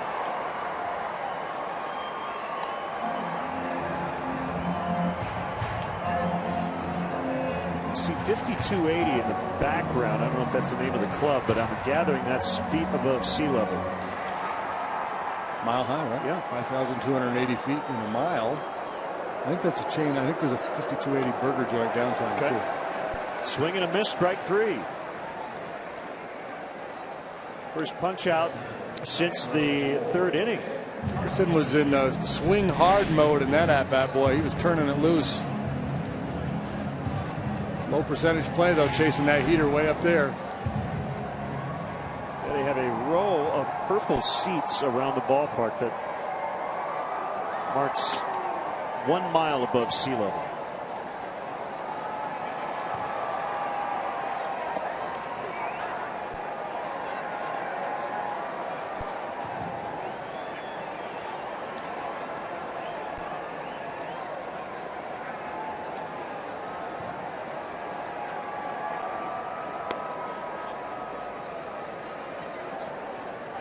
Mariners 5-4 winners and 11 in Oakland. Brad Miller had the game-winning RBI in the 11th. Nelson Cruz hit his first home run in Seattle. Diamondbacks getting the best of Clayton Kershaw tonight. D-backs lead the Dodgers 6-0. Archie Bradley has allowed just 1 hit. And Madison Bumgarner trailing San Diego. 5-1 Padres as they play the 5th inning. The major league debut for Archie Bradley, right? Yes. Bumgarner only went 3 innings in that game against James Shields. 3 innings, 10 hits, 5 runs.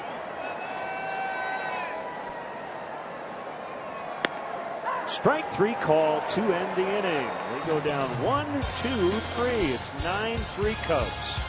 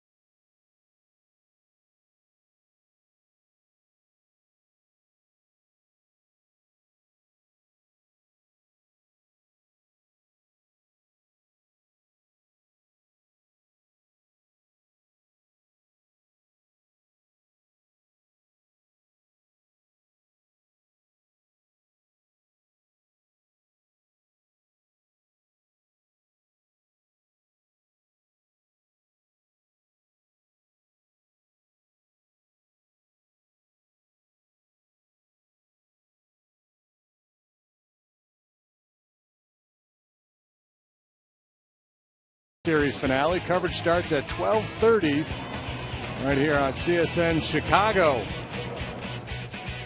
First start of the year for Chris Sale as he comes off the DL. Jason Hamill in complete control of this one. He's done getting handshakes. 9-3 lead. He's had a couple of knocks. Yeah, nice return to Coors Field for Jason Hamill, pitching here for the first time as a visitor. A double homecoming of sorts. Yeah, back with the Cubs. His second stint.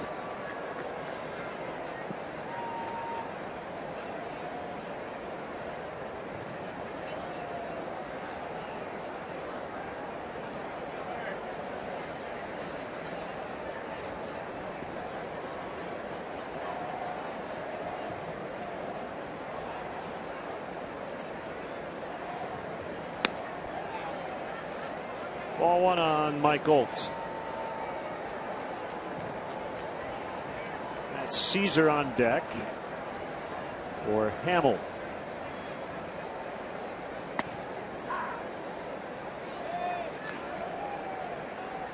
Neil Ramirez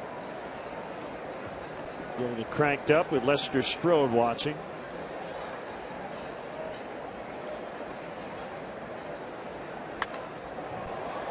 Deep to left, but he just didn't get it. He's bid for number 2 tonight.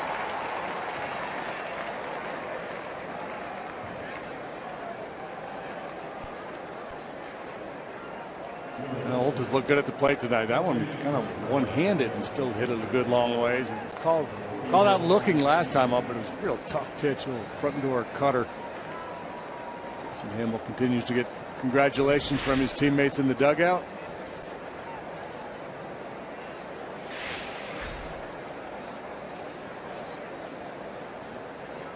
Okay, so I mentioned a home run. You know, the feeling as a starting pitcher. This is it right here, right? Yeah, well, you're out of the game. Yeah. You've got a big lead. You've got 2 hits on the day, and you know you don't have to pitch again for 5 days. That's why he's got that. I just had a really good night energy. He's bopping around in there. Fair ball. Caesar should have an easy double.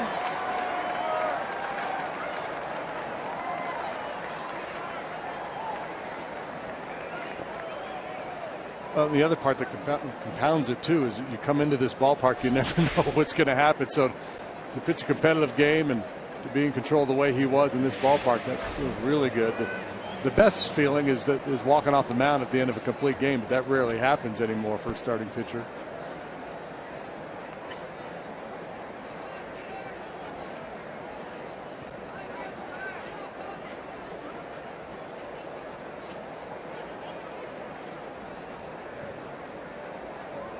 Pinch double for Caesar, and here's Alcantara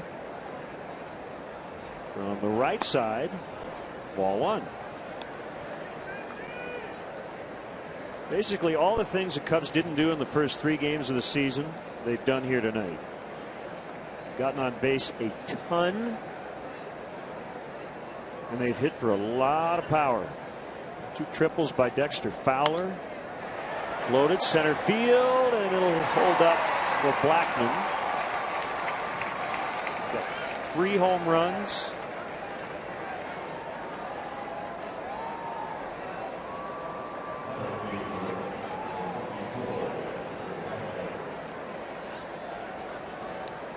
And you would like to think 9 will be enough tonight. Doesn't mean they can't get more here in the late innings. You know, Jeff Samardzija, after facing the Cubs in spring training, said he thought they were going to be a feast or famine type team. And looking at the first 4 games of the season, you would say, well, Jeff's spot on. But I think this club's got a little different personality offensively this year with some of the on-base guys they've added. I still think they're going to be a team that hits a lot of home runs. They're going to strike out. And they are going to strike out, but there's more of an on-base presence with guys like Fowler and Montero. Soler for a full season.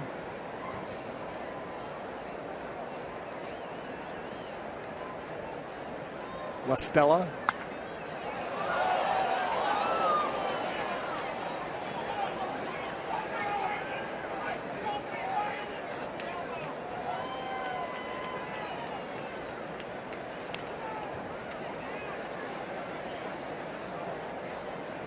Royals leading at the Angels 6-1. They're trying to get to 5-0. Mike Moustakas has hit 2 tonight. Salvador Perez with 1 home run. Check that, his 2nd home run. Perez with number 2 as well. Braves are 5-0. They beat the Mets 5-3. Julio Teheran picking up his 2nd win.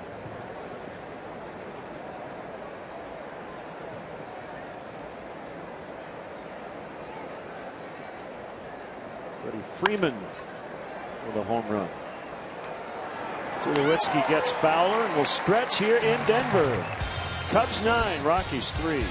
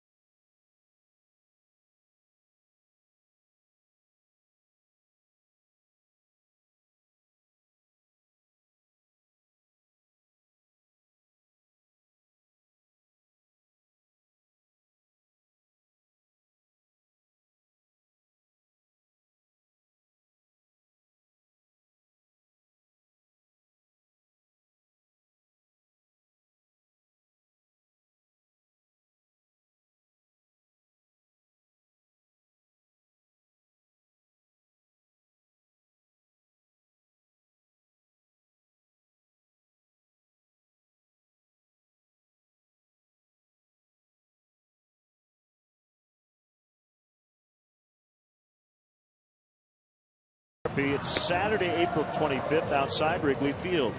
In recognition of the race to Wrigley's 10th anniversary, the Cubs will introduce an additional race, the Let's Run 2 10K. Course routes will allow race participants to run through the Lakeview neighborhood before returning to the friendly confines. Sign up at racetowrigley.com.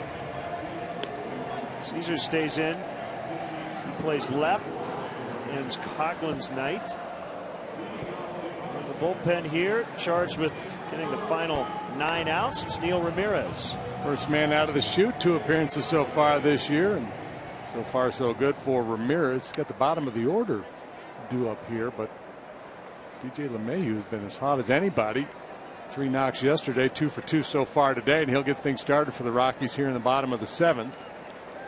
Jason Hamill, 6 innings, 8 hits, 3 runs, all earned. Didn't walk anybody, so important here in this ballpark. Struck out 6. People scoff at the minimum requirement of a quality start, but I don't think you can tonight. No, we talked a little bit about that last night. That definitely applies here.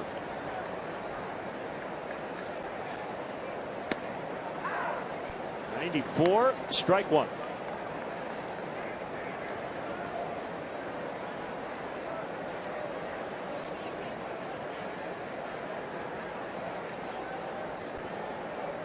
Bust out year as a rookie last year for Ramirez.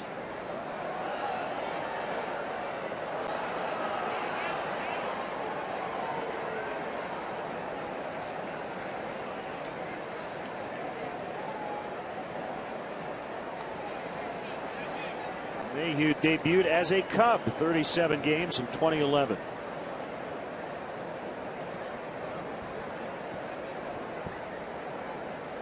And has played all 4 infield spots. Won a Gold Glove last year at second. And firmly entrenched there this year. It's Rafael Betancourt. We saw him yesterday.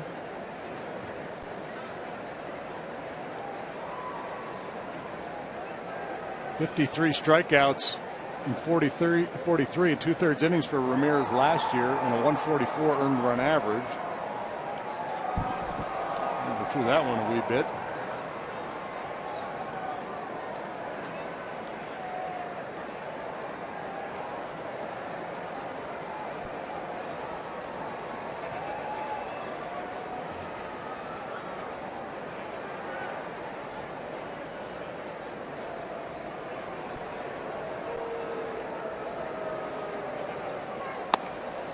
Ooh, I like that pitch.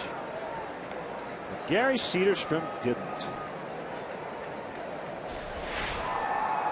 He didn't like it enough anyway.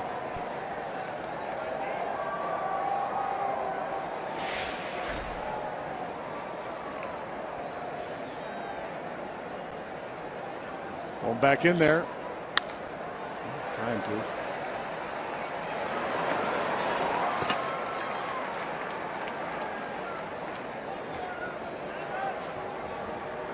Left-hander Phil Koch.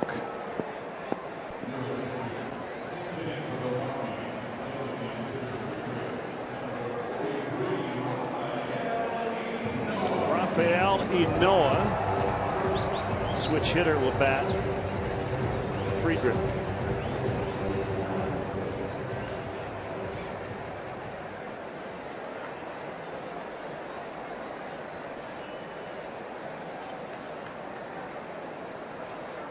For 1 this week. Strike called. Signed with the Dodgers originally in 05. They debuted in the big leagues last year, 19 games with the Rockies at .343.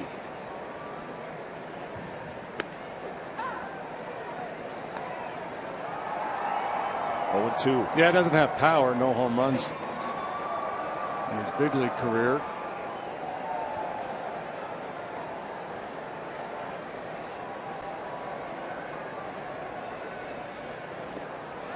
Chased one in the dirt.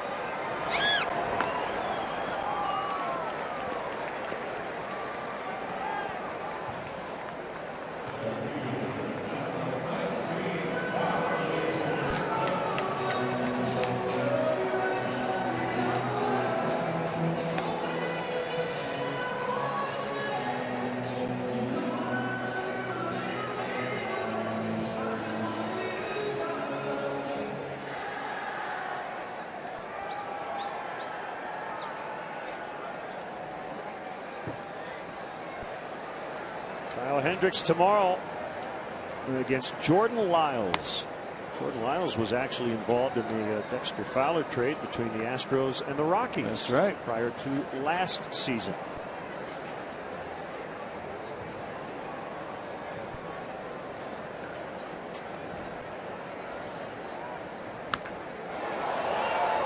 Cranked way foul.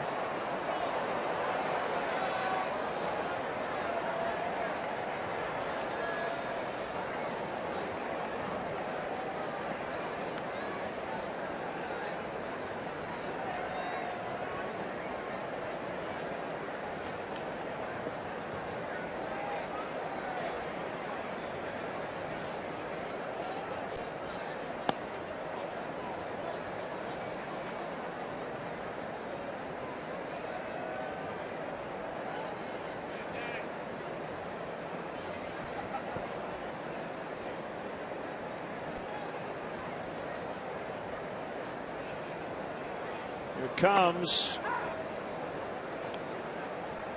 2 balls, 2 strikes.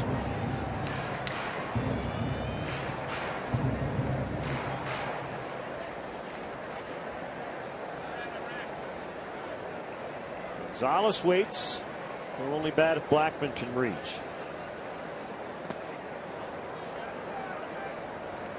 We're at the limit, 3-2. Cubs actually coming to Denver at a good time with all the off days here early. They come into town with a rested bullpen. And again, you never know what you're going to get here in Denver because of the nature of the games here. And if you come in with a little bit of a tired bullpen to begin with, you can really be behind the 8 ball.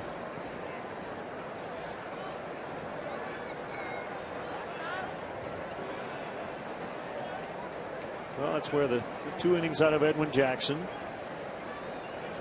yesterday definitely help.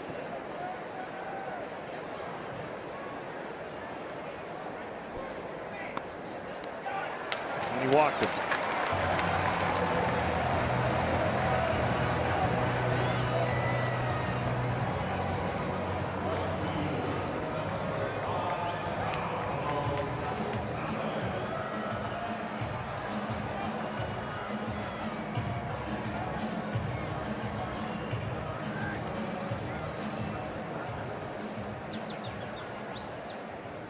Ubaldo Jimenez, a winner for the Orioles today, 7-1. Baltimore over the Blue Jays. Both teams now 3-2.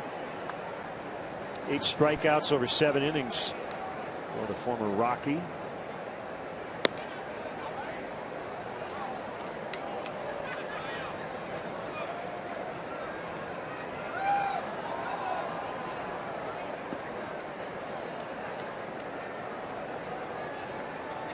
Rough year for Jimenez last year, signing that big contract. Changed his mechanics, and he was really good tonight. 7 innings of 1-hit baseball. Struck out 8. Yeah, that was a kind of a bizarre turn of events for Ubaldo. He was so good there for the Rockies at the short stretch.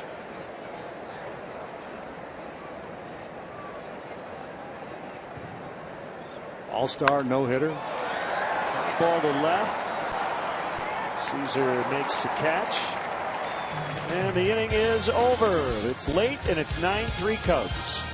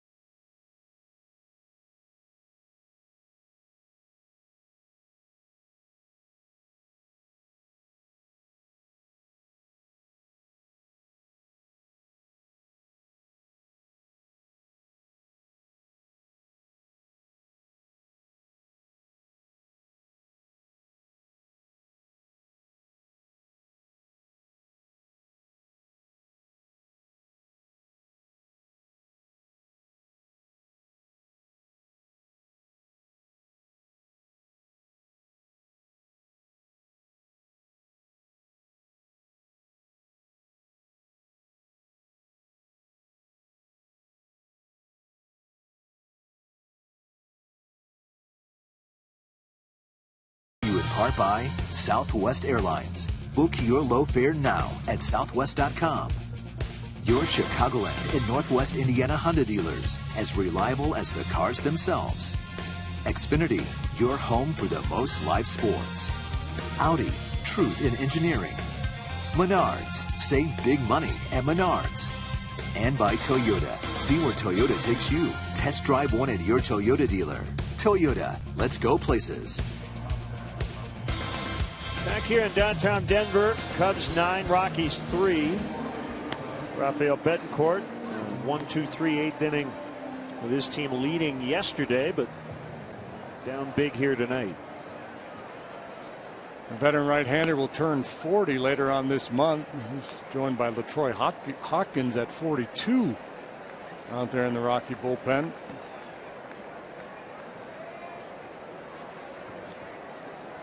Betancourt coming all the way back from Tommy John surgery.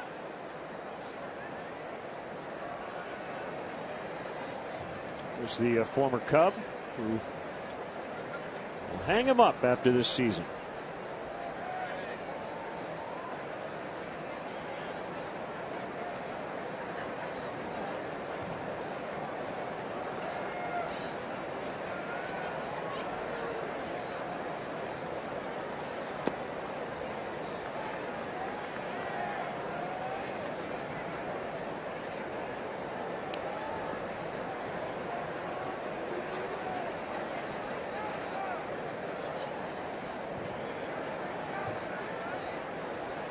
One and 0 on Soler.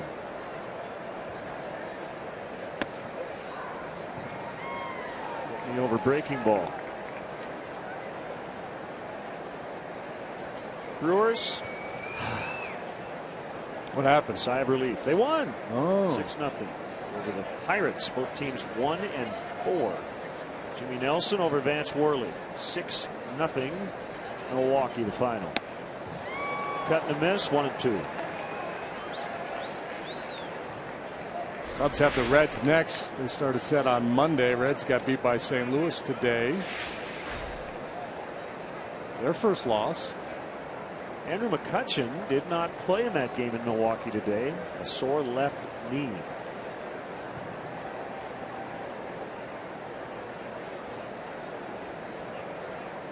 So the Brewers and the White Sox, the last two teams to get their first win, as Soler strikes out.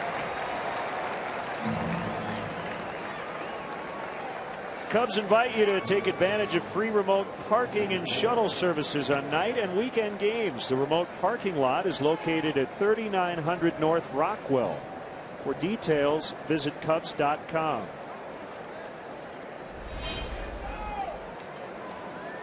So JD, it's official. Nobody will go 0-162.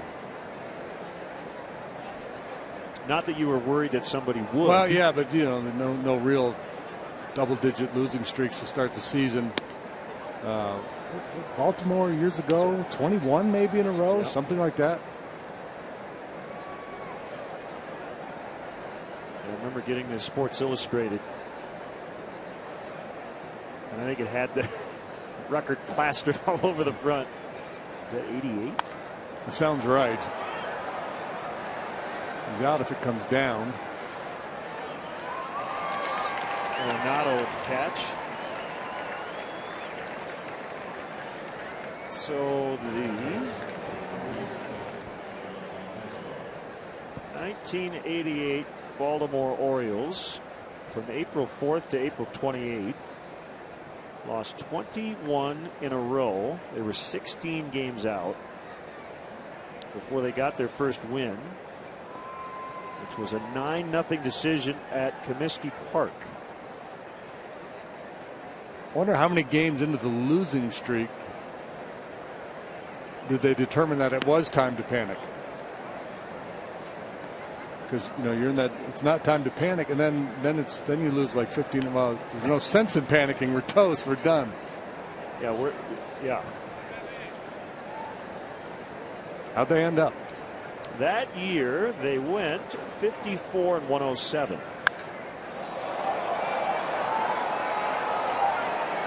This is a huge yard. Montero probably hits a home run in at least half the other ballparks, but just a long out in this one.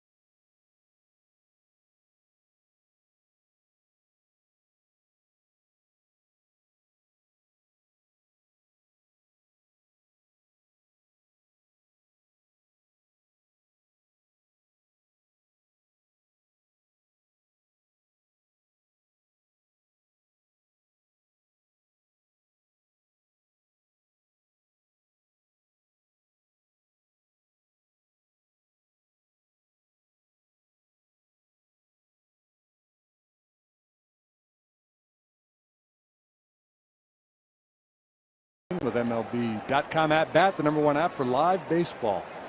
At bat is up to the moment, at any moment, with in-game highlights, live look-ins, replay reviews, radio broadcasts, StatCast, and more. Get MLB.com at bat for your smartphone or tablet. One happy Cub fan. 3, 4, and 5. Starting with Tulowitzki.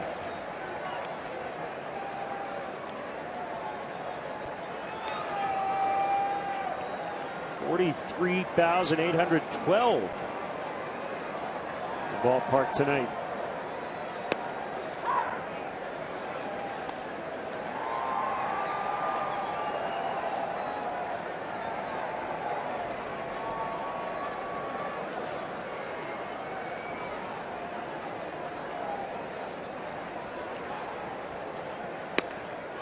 Oh man, two great pitches to start this sequence. The first one didn't get the second one, but could have.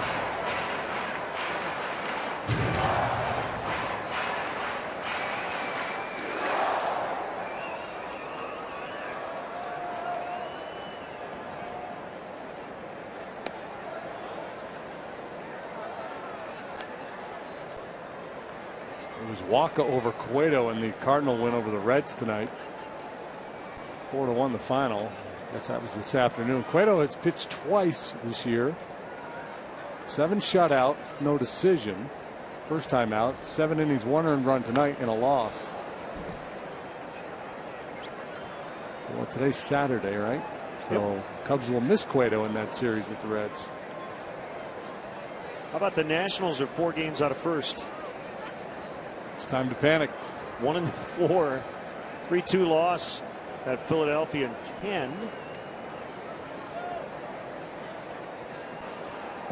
Phillies are 3-2.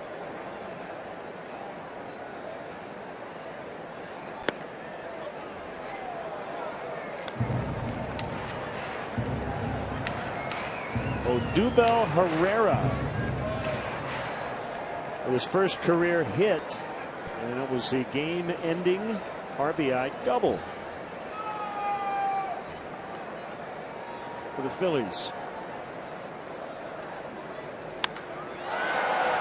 Home run distance, but very foul.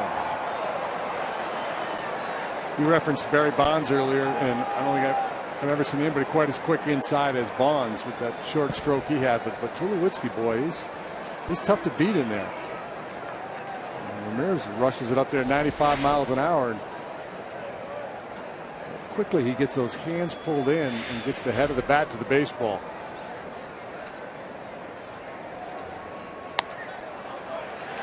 Off walk. It'll be it for Ramirez. It's like Phil Koch has been summoned. And belated happy birthday wishes go out to Ashley Coleman. As the Cubs make a pitching change here in the 8th. It's the Cubs 9 and the Rockies 3, and we'll be right back.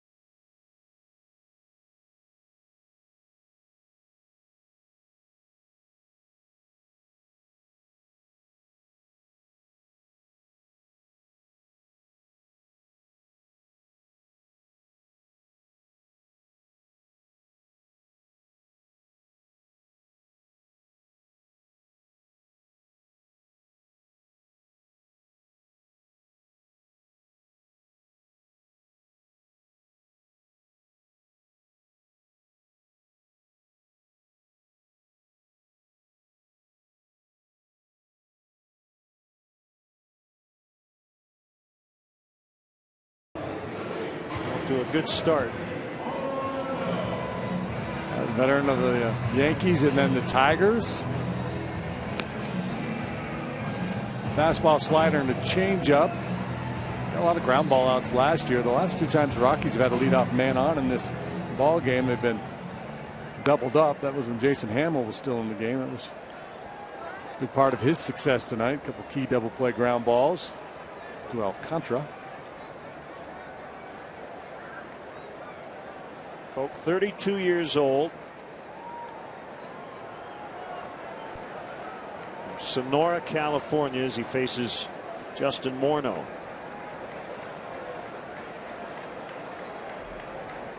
To Lewitzki at first, nobody out.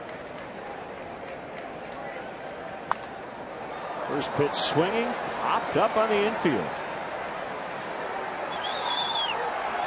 Alcantara made the catch. I mean, they're going to get an out either way. But I'd rather catch it than drop it and have to throw to second. More embarrassing. Yeah, well, it looked like Alcantara was trying to take charge, then decided to yield to Anthony, and then Rizzo at the last figured Alcantara's got this one covered.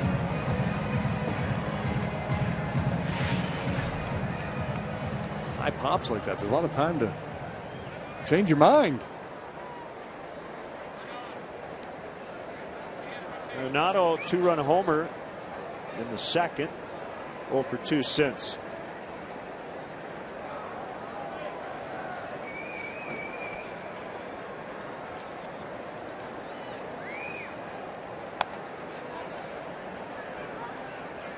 Coke was a draft and follow pick in the 26th round.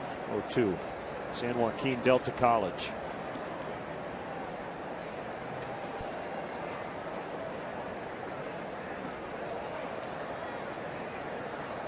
So he got drafted, then 1 more year junior college, and then he signed with the Yanks.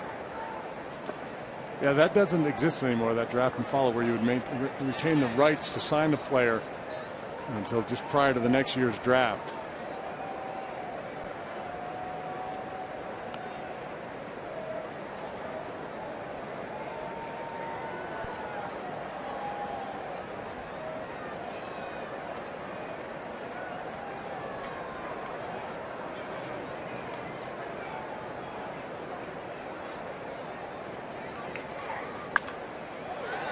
Fair.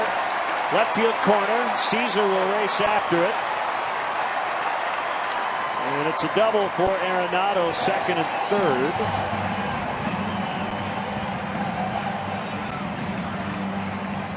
Second hit of the night for Arenado, both for extra bases. He had a home run back in the second. This time down the third base line he goes for a double. That ball boy down the line is getting a lot of work in tonight.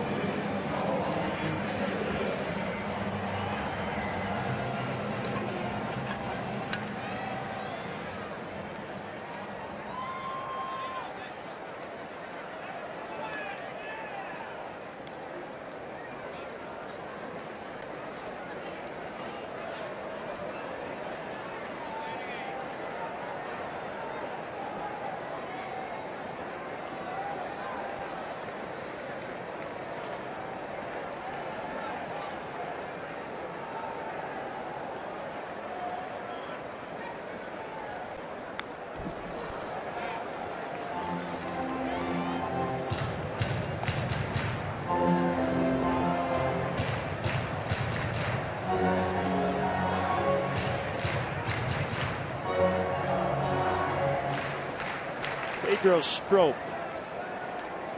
former infielder in the Rockies minor league system way back when.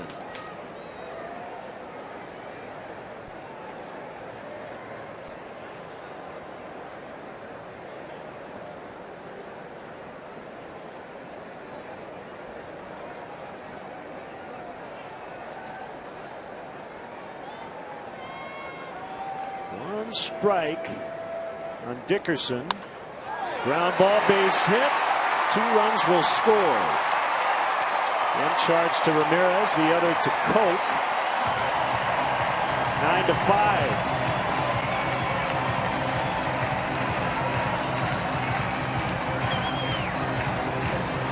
Yeah, Joe's not going to mess around tonight. He's treating 6-5, 4-run leads like it's a 1-run lead. It feels like, in this ballpark, it's more like a 2-run lead. We just covered every number from 1 to 10. Here's Strop when we come back.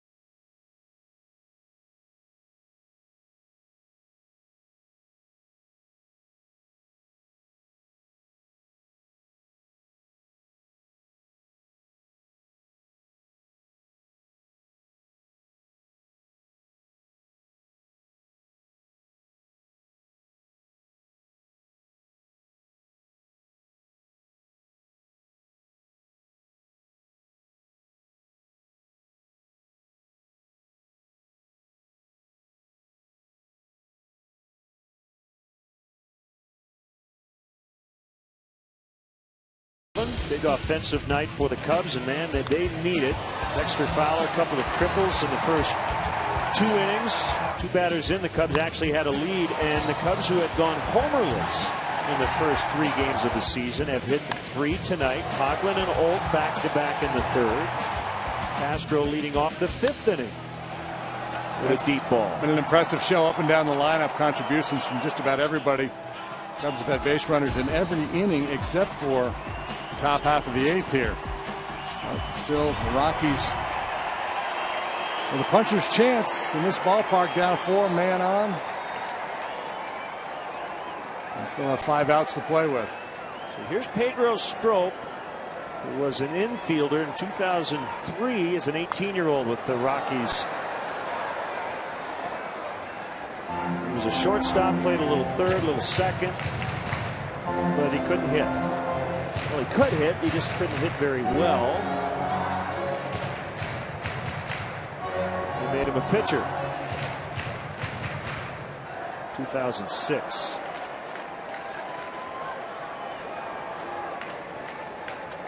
Runner on, inside on Hundley, 97. Yeah, that's a nice plan B. If you can't hit, but you can throw a fastball 97 miles an hour, you've got options.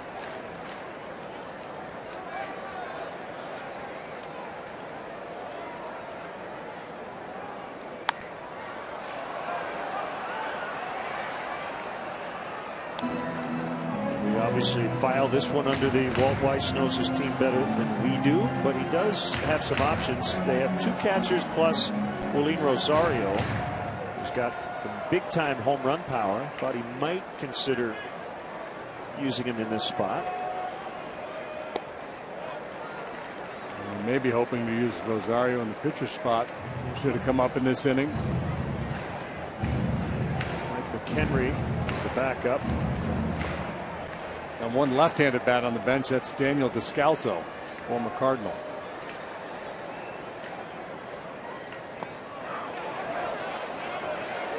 Hundley held.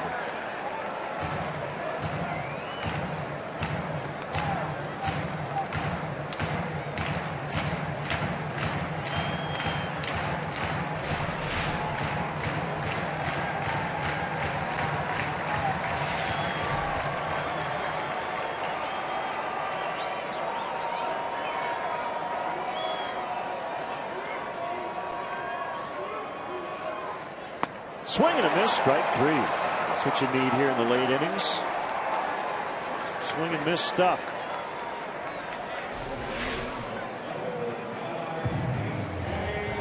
Blistered it by him at 98. Terrell sets up right down the middle. They're not trying to pick out a corner, just turn it loose.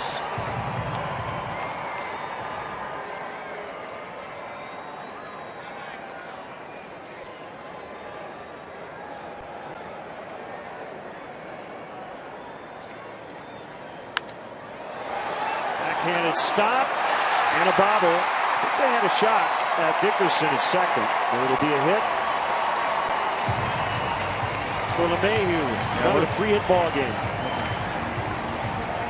Quite a roll. Would have been a heck of a play by Castro. And yeah, indeed, I believe they did have a shot. And he'd been able to get this ball cleanly out of his glove. It'll go as a base hit for sure. But that scenario did play out for Walt Weiss. He's got Rosario up there now with home run power. Good fastball hitter with a couple men on base.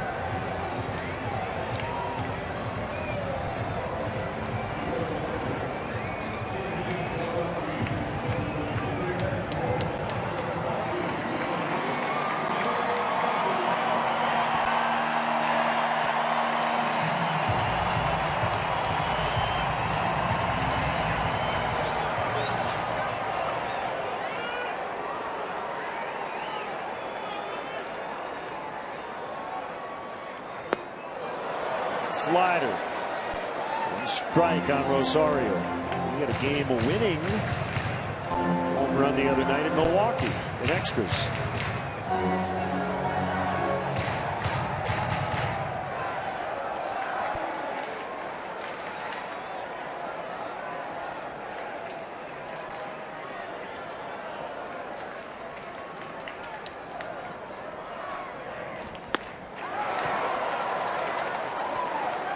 Oh, 0-2.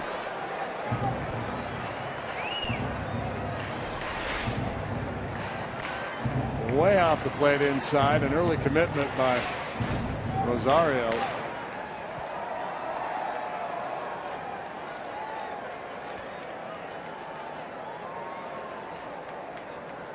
Talk about swing mode, and it feels like Rosario is in that right now, so you don't want to throw him anything near the strike zone on 0-2.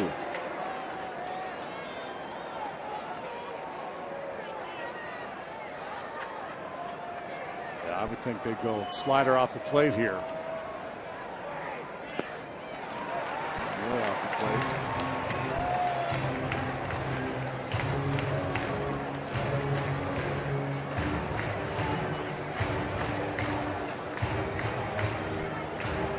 Rosario last year hit .317 against left-handed pitching, .249 against righties.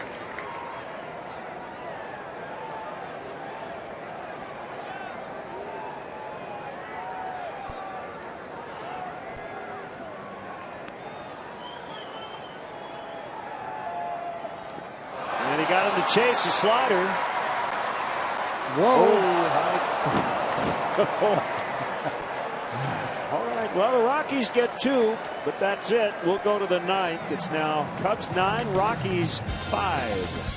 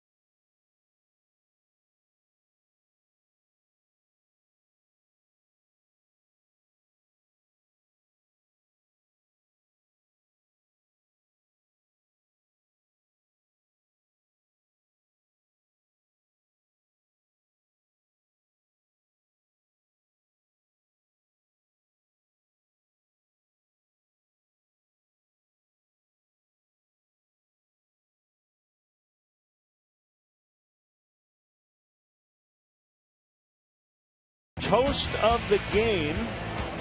Cubs going back to back in this one. Third inning. Chris Coghlan, followed by Mike Olt. First 2 homers of the season for the Cubs. They lead this one late, 9-5. How about a little Ottavino from Binnings? There you go. Way to tie it all together. High for ball 1 to Castro.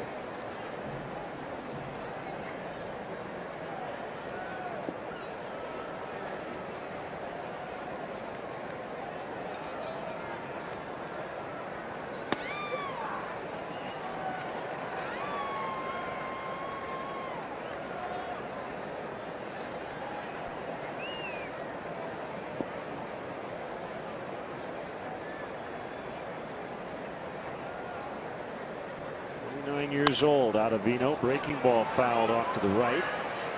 From New York, went to Northeastern University. First round pick of the Cardinals, 2006. Tough angle for a right-handed hitter, and he throws hard. Mid-90s fastball and a hard slider. Carlos Pena was a Northeastern guy, wasn't he? Yep.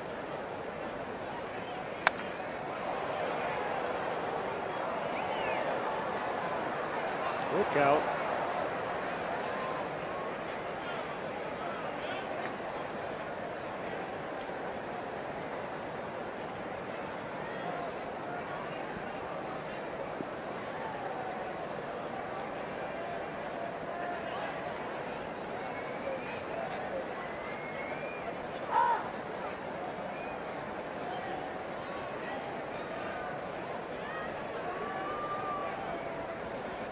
Not be a safe spot, but I think we're going to see Rondon if it remains this score. Mott up as well. Cubs add on.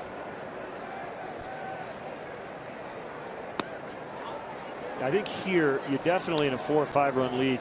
I think you go with your closer if he's rested, because one thought is you're probably going to have him get loose anyway, just in case. So why not use him? Yeah.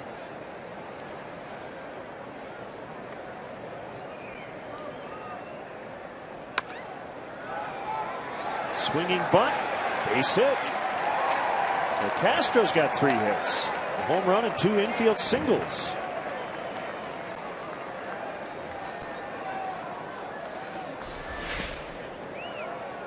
He's fooled by this pitch, just rolls over on it, but the ability to make contact pays off for him. No play for Arenado.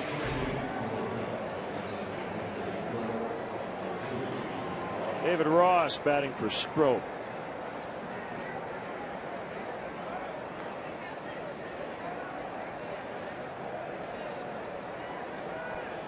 His Cub debut as a starter on opening night.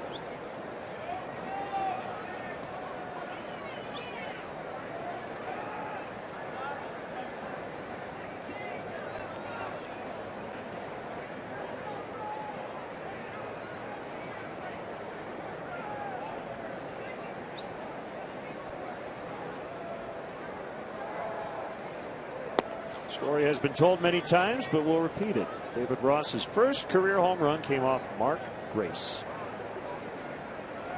He was a Dodger. His team was ahead 18-0, and Gracie pitched for the Diamondbacks September 2nd, 2002. Ross took him deep. Runner goes, swing and a miss by Ross. Castro's out at second.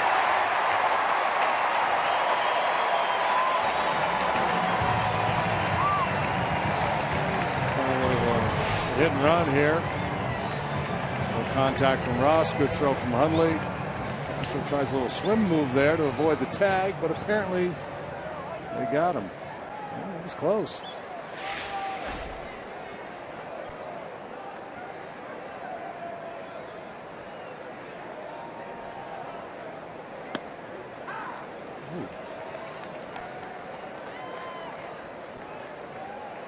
One had to do a lot of work to find the strike zone. So does David Ross every time he sees Gracie tell him, "I own you, man"? Yeah, got the inside corner. Probably.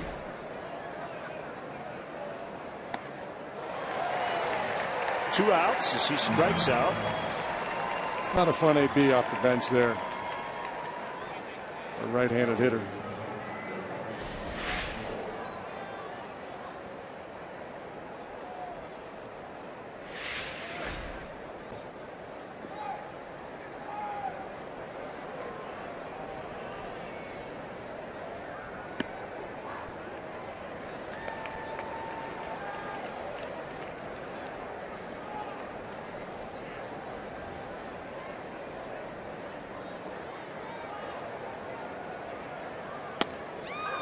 Man, he creates some tough angles, doesn't he? That one at 97 after that frisbee slider.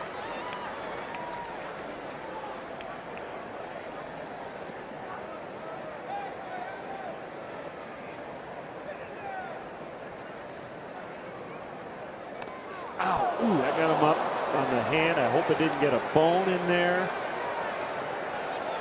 So Madden out quickly with Ed Halber.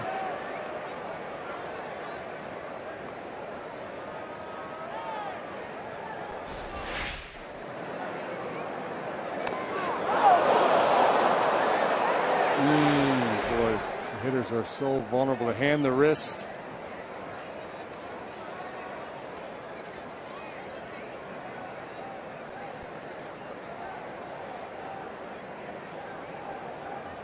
At the outside of the right hand.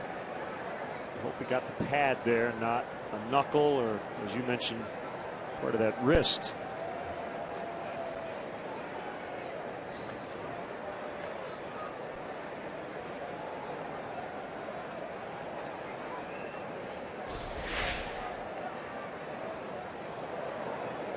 Yeah, and that's why I think it would be smart for Anthony, because he's so close to the plate and they pitch him so hard inside, to think about wearing one of those hand pads, you know, before something like this happens to him and takes him out of action for a while.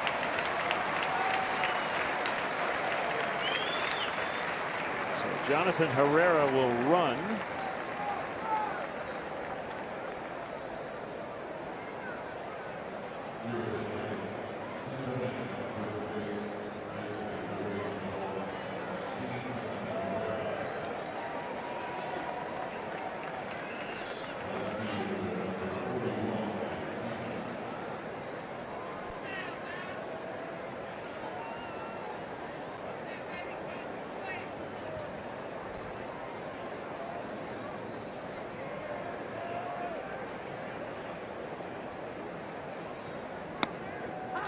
Strike called on Caesar. Pitch hit double in the seventh. Now playing left.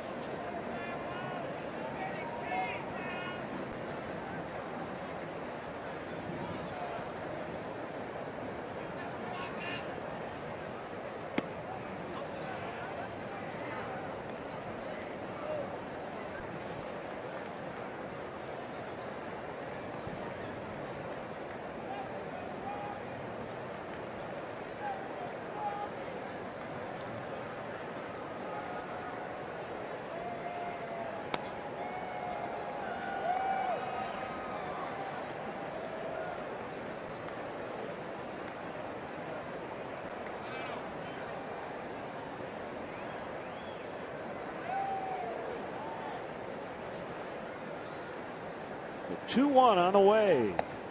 Inside.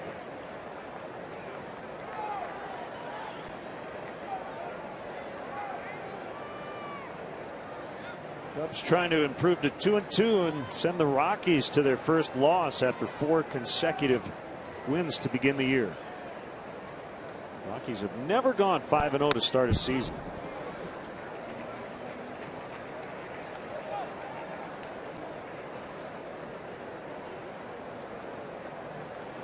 '66-96 last year. Looking for a big turnaround, and a big part of the story last year were the injuries to Gonzalez and Tulowitzki. Swing and a miss. Strike 3. Bottom 9 coming up. 9-5 Cubs.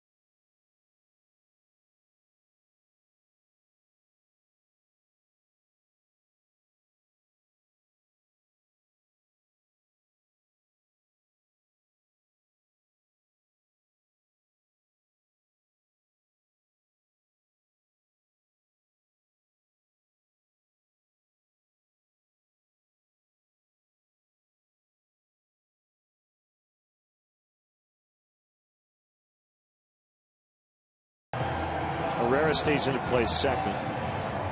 Hector Rondon,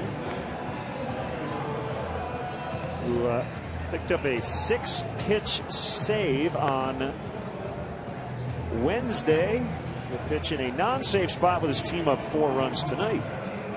Top of the order due up for the Rockies here in the bottom half of the 9th. Rondon follows Ramirez Stroke out of that bullpen.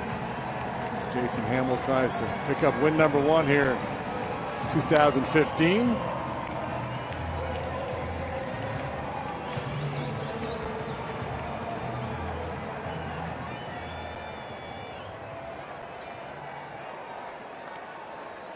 So top of the order for the Rockies. You mentioned the Rockies coming off a rough year last year, 2nd worst record in club history. They made changes in the front office. Senior Director of Player Development Jeff Bridich is now running their baseball department. Dan O'Dowd, 15 years. That tenure came to an end. He stepped down in October. Yeah, Bridich becoming the 3rd GM in the history of the club. Bob Gebhardt, initial general manager here in that long run by O'Dowd. Bridich just 37 years of age, a Harvard graduate. Fowler going after it, and he won't get to it until it hits the track, then the wall, and Blackman has a double to lead off the inning.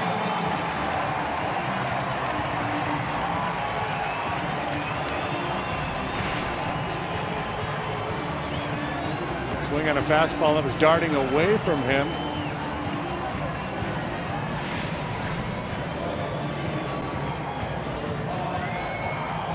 Hang on tight.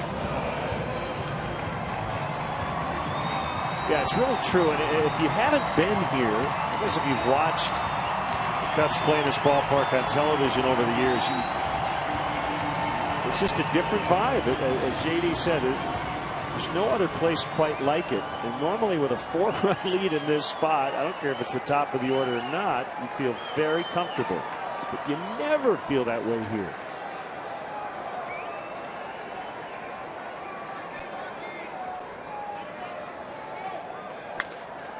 That'll help.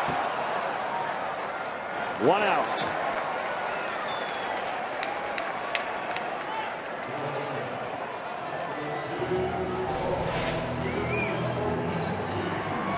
.98-mile-an-hour fastball in on the hands, breaks the bat. Rondon, who was coming into his own last year, had an .062 ERA after the All-Star break. Converted 18 of his 19 save opportunities in the second half. 29 innings, struck out 24 and walked only 2. He was about as good as he gets in the second half.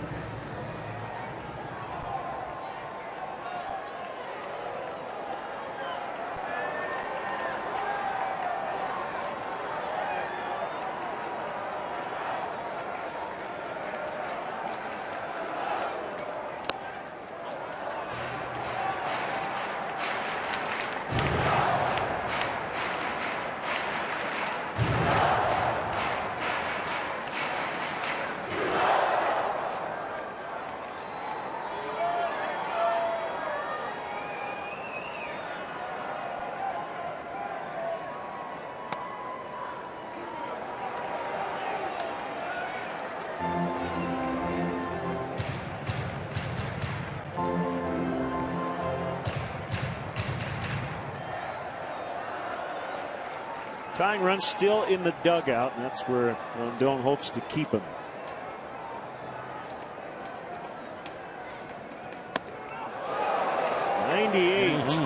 Talked about how quick Tulowitzki is, but not quick enough to get to that one. Elevated 98. Didn't hit his spot.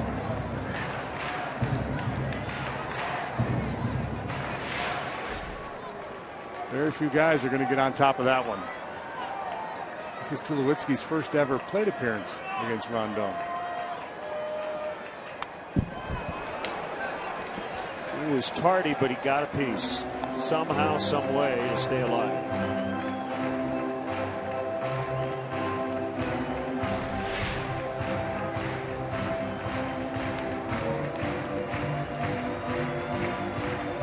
before they let that ball get deep. In protect mode. That's the thing about Rondon. He's got that 98-mile-an-hour heater, but his slider can be devastating too.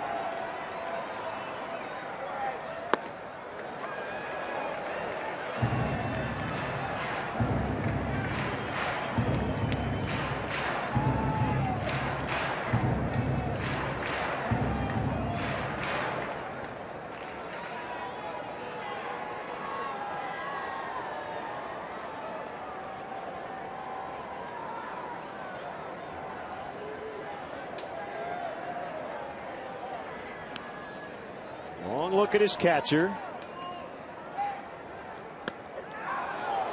Strike 3 call. 2 down.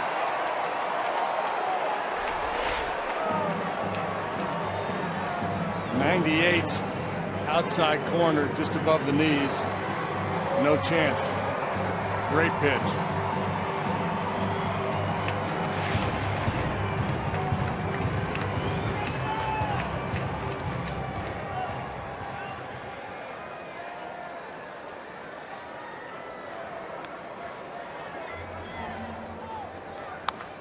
Morneau bounces foul. 2 down, 9th inning, 9-5 Cubs. To set up a rubber match tomorrow. Cooled off quite a bit. Temperature now in the mid-50s. We started at 67. Again, a very comfortable night here in Denver. A lot more comfortable here in a couple minutes, hopefully. The Cubs have not had a lot of success in this ballpark over the years. They did win the series here last year. First time in a decade they won a series here.